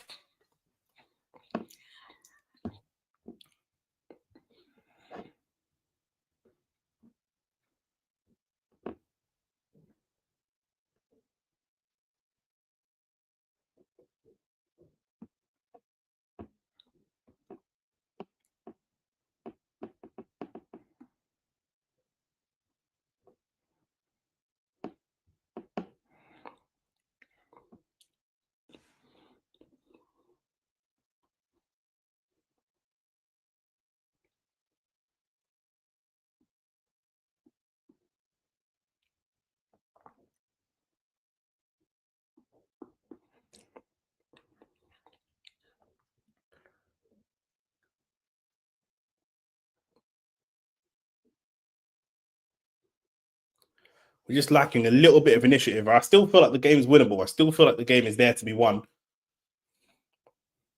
But we're just not. We're just not stepping on the gas. And the football is very, very slow. Very, very slow.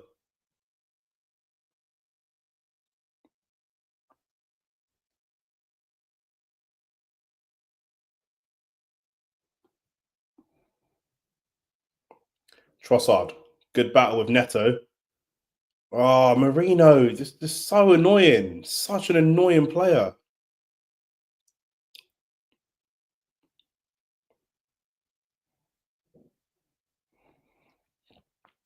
Can Trossard get the ball in the box? Can you find Havertz?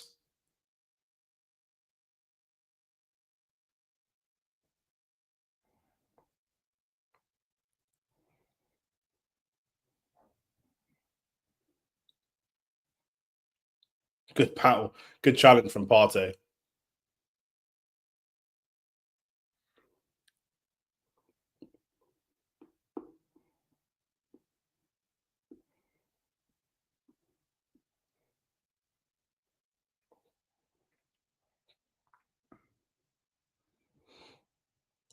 Good ball, Jesus. Marino. Trossard. Oh, Trossard. He's just fucking skied it from 1 yard out. He's just skied it from 1 yard out. I can't believe it.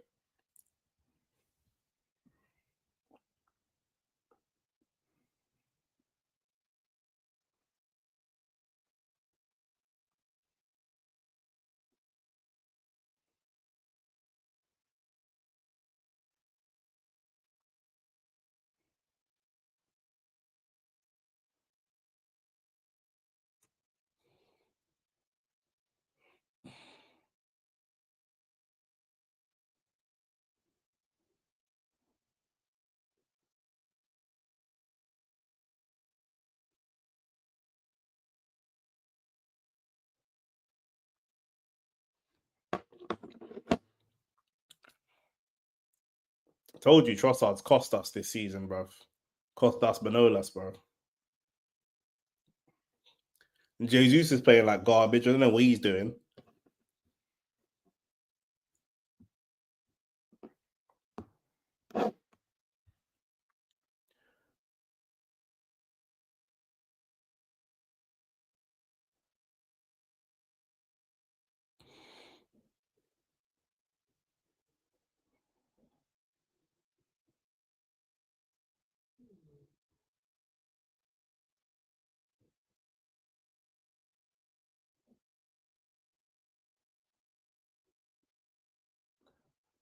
Marino's trying to force that ball in behind. It didn't work. But to be fair, I don't mind that because, like I say, we need more balls in behind to get the goal. So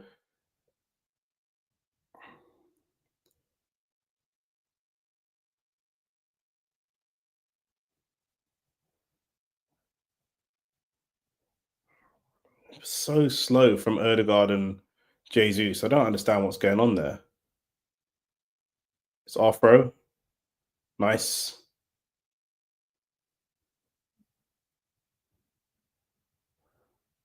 Jesus does not look sharp at all. At all. He looks like he's not played in ages.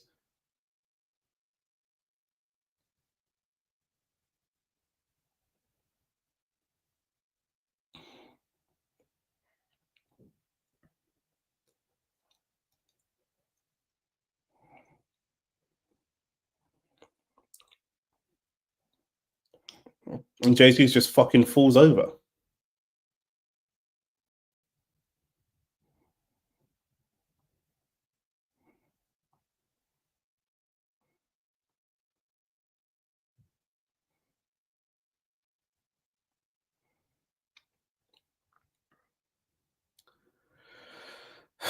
It's just hit 90 minutes. We've got 5 minutes added time.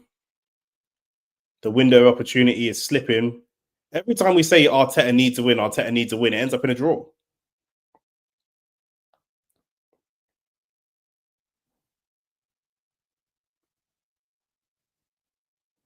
Yeah, the game's been dead, bruv.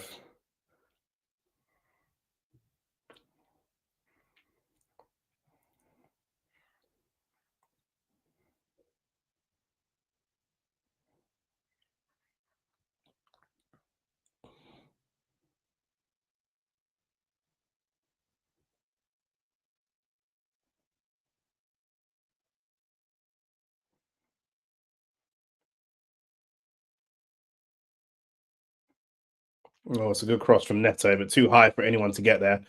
David Raya just gathers it. That was a dangerous cross.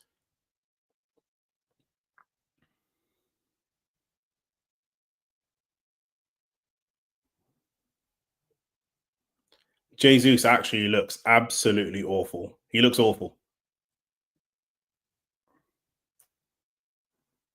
Trossard does well to spin away from Reece James. Finds Erdegaard.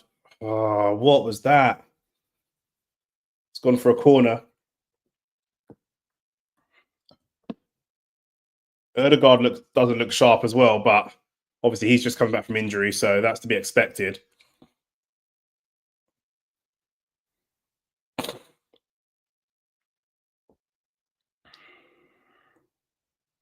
Gabriel, we need you. We need you right now, Gabriel.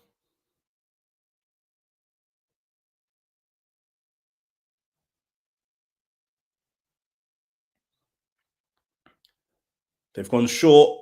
Ben White crossed the back post. Oh, it's good. Defended well from Chelsea. And now they're calling that offside.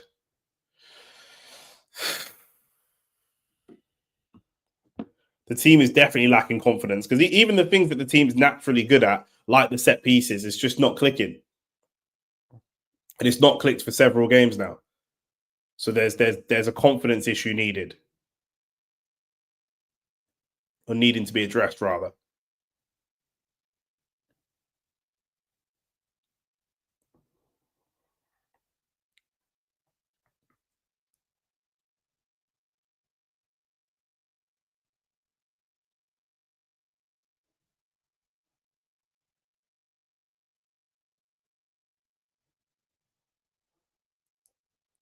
Trossard again. Reece James trying to press him. It's a good play from Trossard.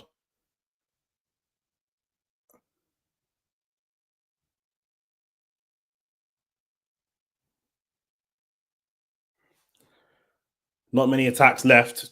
Quick throw to Trossard again. He made his name as an impact sub. Can he do it again here? Erdegaard, what? He keeps doing that same fucking turn and losing the ball every time. Keeps doing the same turn, and that's going to be a yellow card for Martin Erdegaard.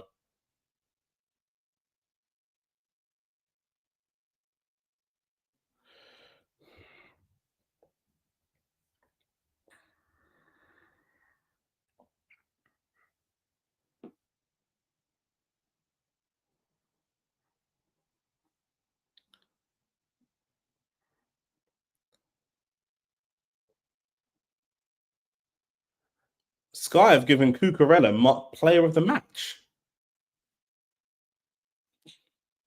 Player of the match, Cucurella. Interesting.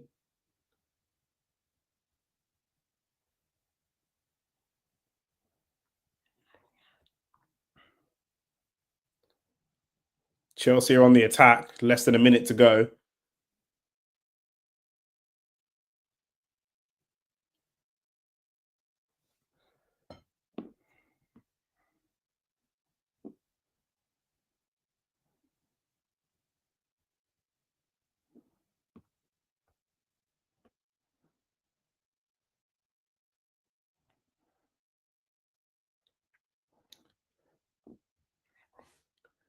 We need a shot. We're playing it back to David Raya, and I do not know why. When we need a shot, Mikel Merino. Good ball over the top to Timber. I don't know if it's been raining. The ball just keeps getting stuck in the ground. It's a good pass from Erdegaard, or to Erdegaard, sorry. Saliba across the box. Oh my goodness. It's right across the box. Trossard is there and Havertz is there. And if we can't score that, then we do not deserve to win. It's absolutely ridiculous. Absolutely ridiculous.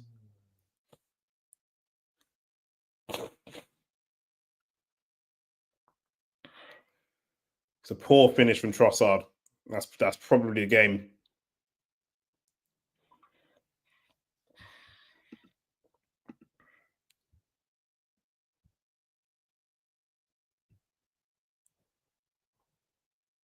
That's time. That is time. Disappointing game. A disappointing game indeed. We had opportunities to win, multiple opportunities to win. I think on balance, we were just about the better team. And I think the team, I think it's a confidence issue more than a coaching issue. We've seen towards the end. What I don't like in the coaching is obviously the transfer window, which is done. But what I don't like in the actual coaching of Mikel Arteta at the moment is we start off. We used to start games last season when we were at our best. Last season before that, we would start games brave, and then we would turn conservative if it didn't go our way. What we're doing now is we're starting games conservative, and then we're trying to throw the kitchen sink at it if it doesn't go our way. And that, for me, isn't good enough with the players that we've got in this team. There's a lot of attacking talent, and I don't think we're playing to the team's strengths. It's almost like when Man United had Ronaldo. I'm about to compare Ronaldo to Havertz, so don't kill me. But it's almost like when Man United had Ronaldo, and they would have Ronaldo up top, and Ronaldo would get them goals, or everything was built around him, but it would take away from other players in the team. And that's what we've got at the moment with Havertz, where everything is focused on putting balls into the box to feed Havertz, and that's taken away from a lot of the rest of the team. It's just not good enough across the board. We went 1-0 up with a good goal. We're good, we put a quick, decisive passing play together. We put another quick, decisive passing play together at the end where Saliba just flashed the ball across the box and it should have been 2-1. Every time we did fast passes, decisive passes, almost playing on instinct, to the instinct of the players, we created chances. But it seems like the manager or the coaches are coaching that out of the team and making everyone play a lot slower and a lot more conservative. This draw doesn't really do much for us, to be honest. It feels like a loss. It doesn't do anything for us in terms of, cutting the point lead on Liverpool. It's not going to do anything for us in terms of building our confidence. It's not going to do anything for us in terms of any of those things. This draw today doesn't help us. And again, I remind you one last time, the same team, we beat this team 5-0 back in April. Maresca's doing a good job. They're one of the form teams in the league. I understand all of that. But for me, today just isn't good enough. And I think most Arsenal fans will tell you the same. Listen, like the video, subscribe to the channel. We're going to be doing much more lives and all that kind of stuff for Arsenal content, boxing content. So make sure that you're locked in. I am out. I'm pretty fuming, but it is what it is. We move. Hopefully we go into international break and hopefully we come back looking like a different team. But I really don't see it happening. Peace and love every time. You know what it is. Like the video, subscribe. I'm out.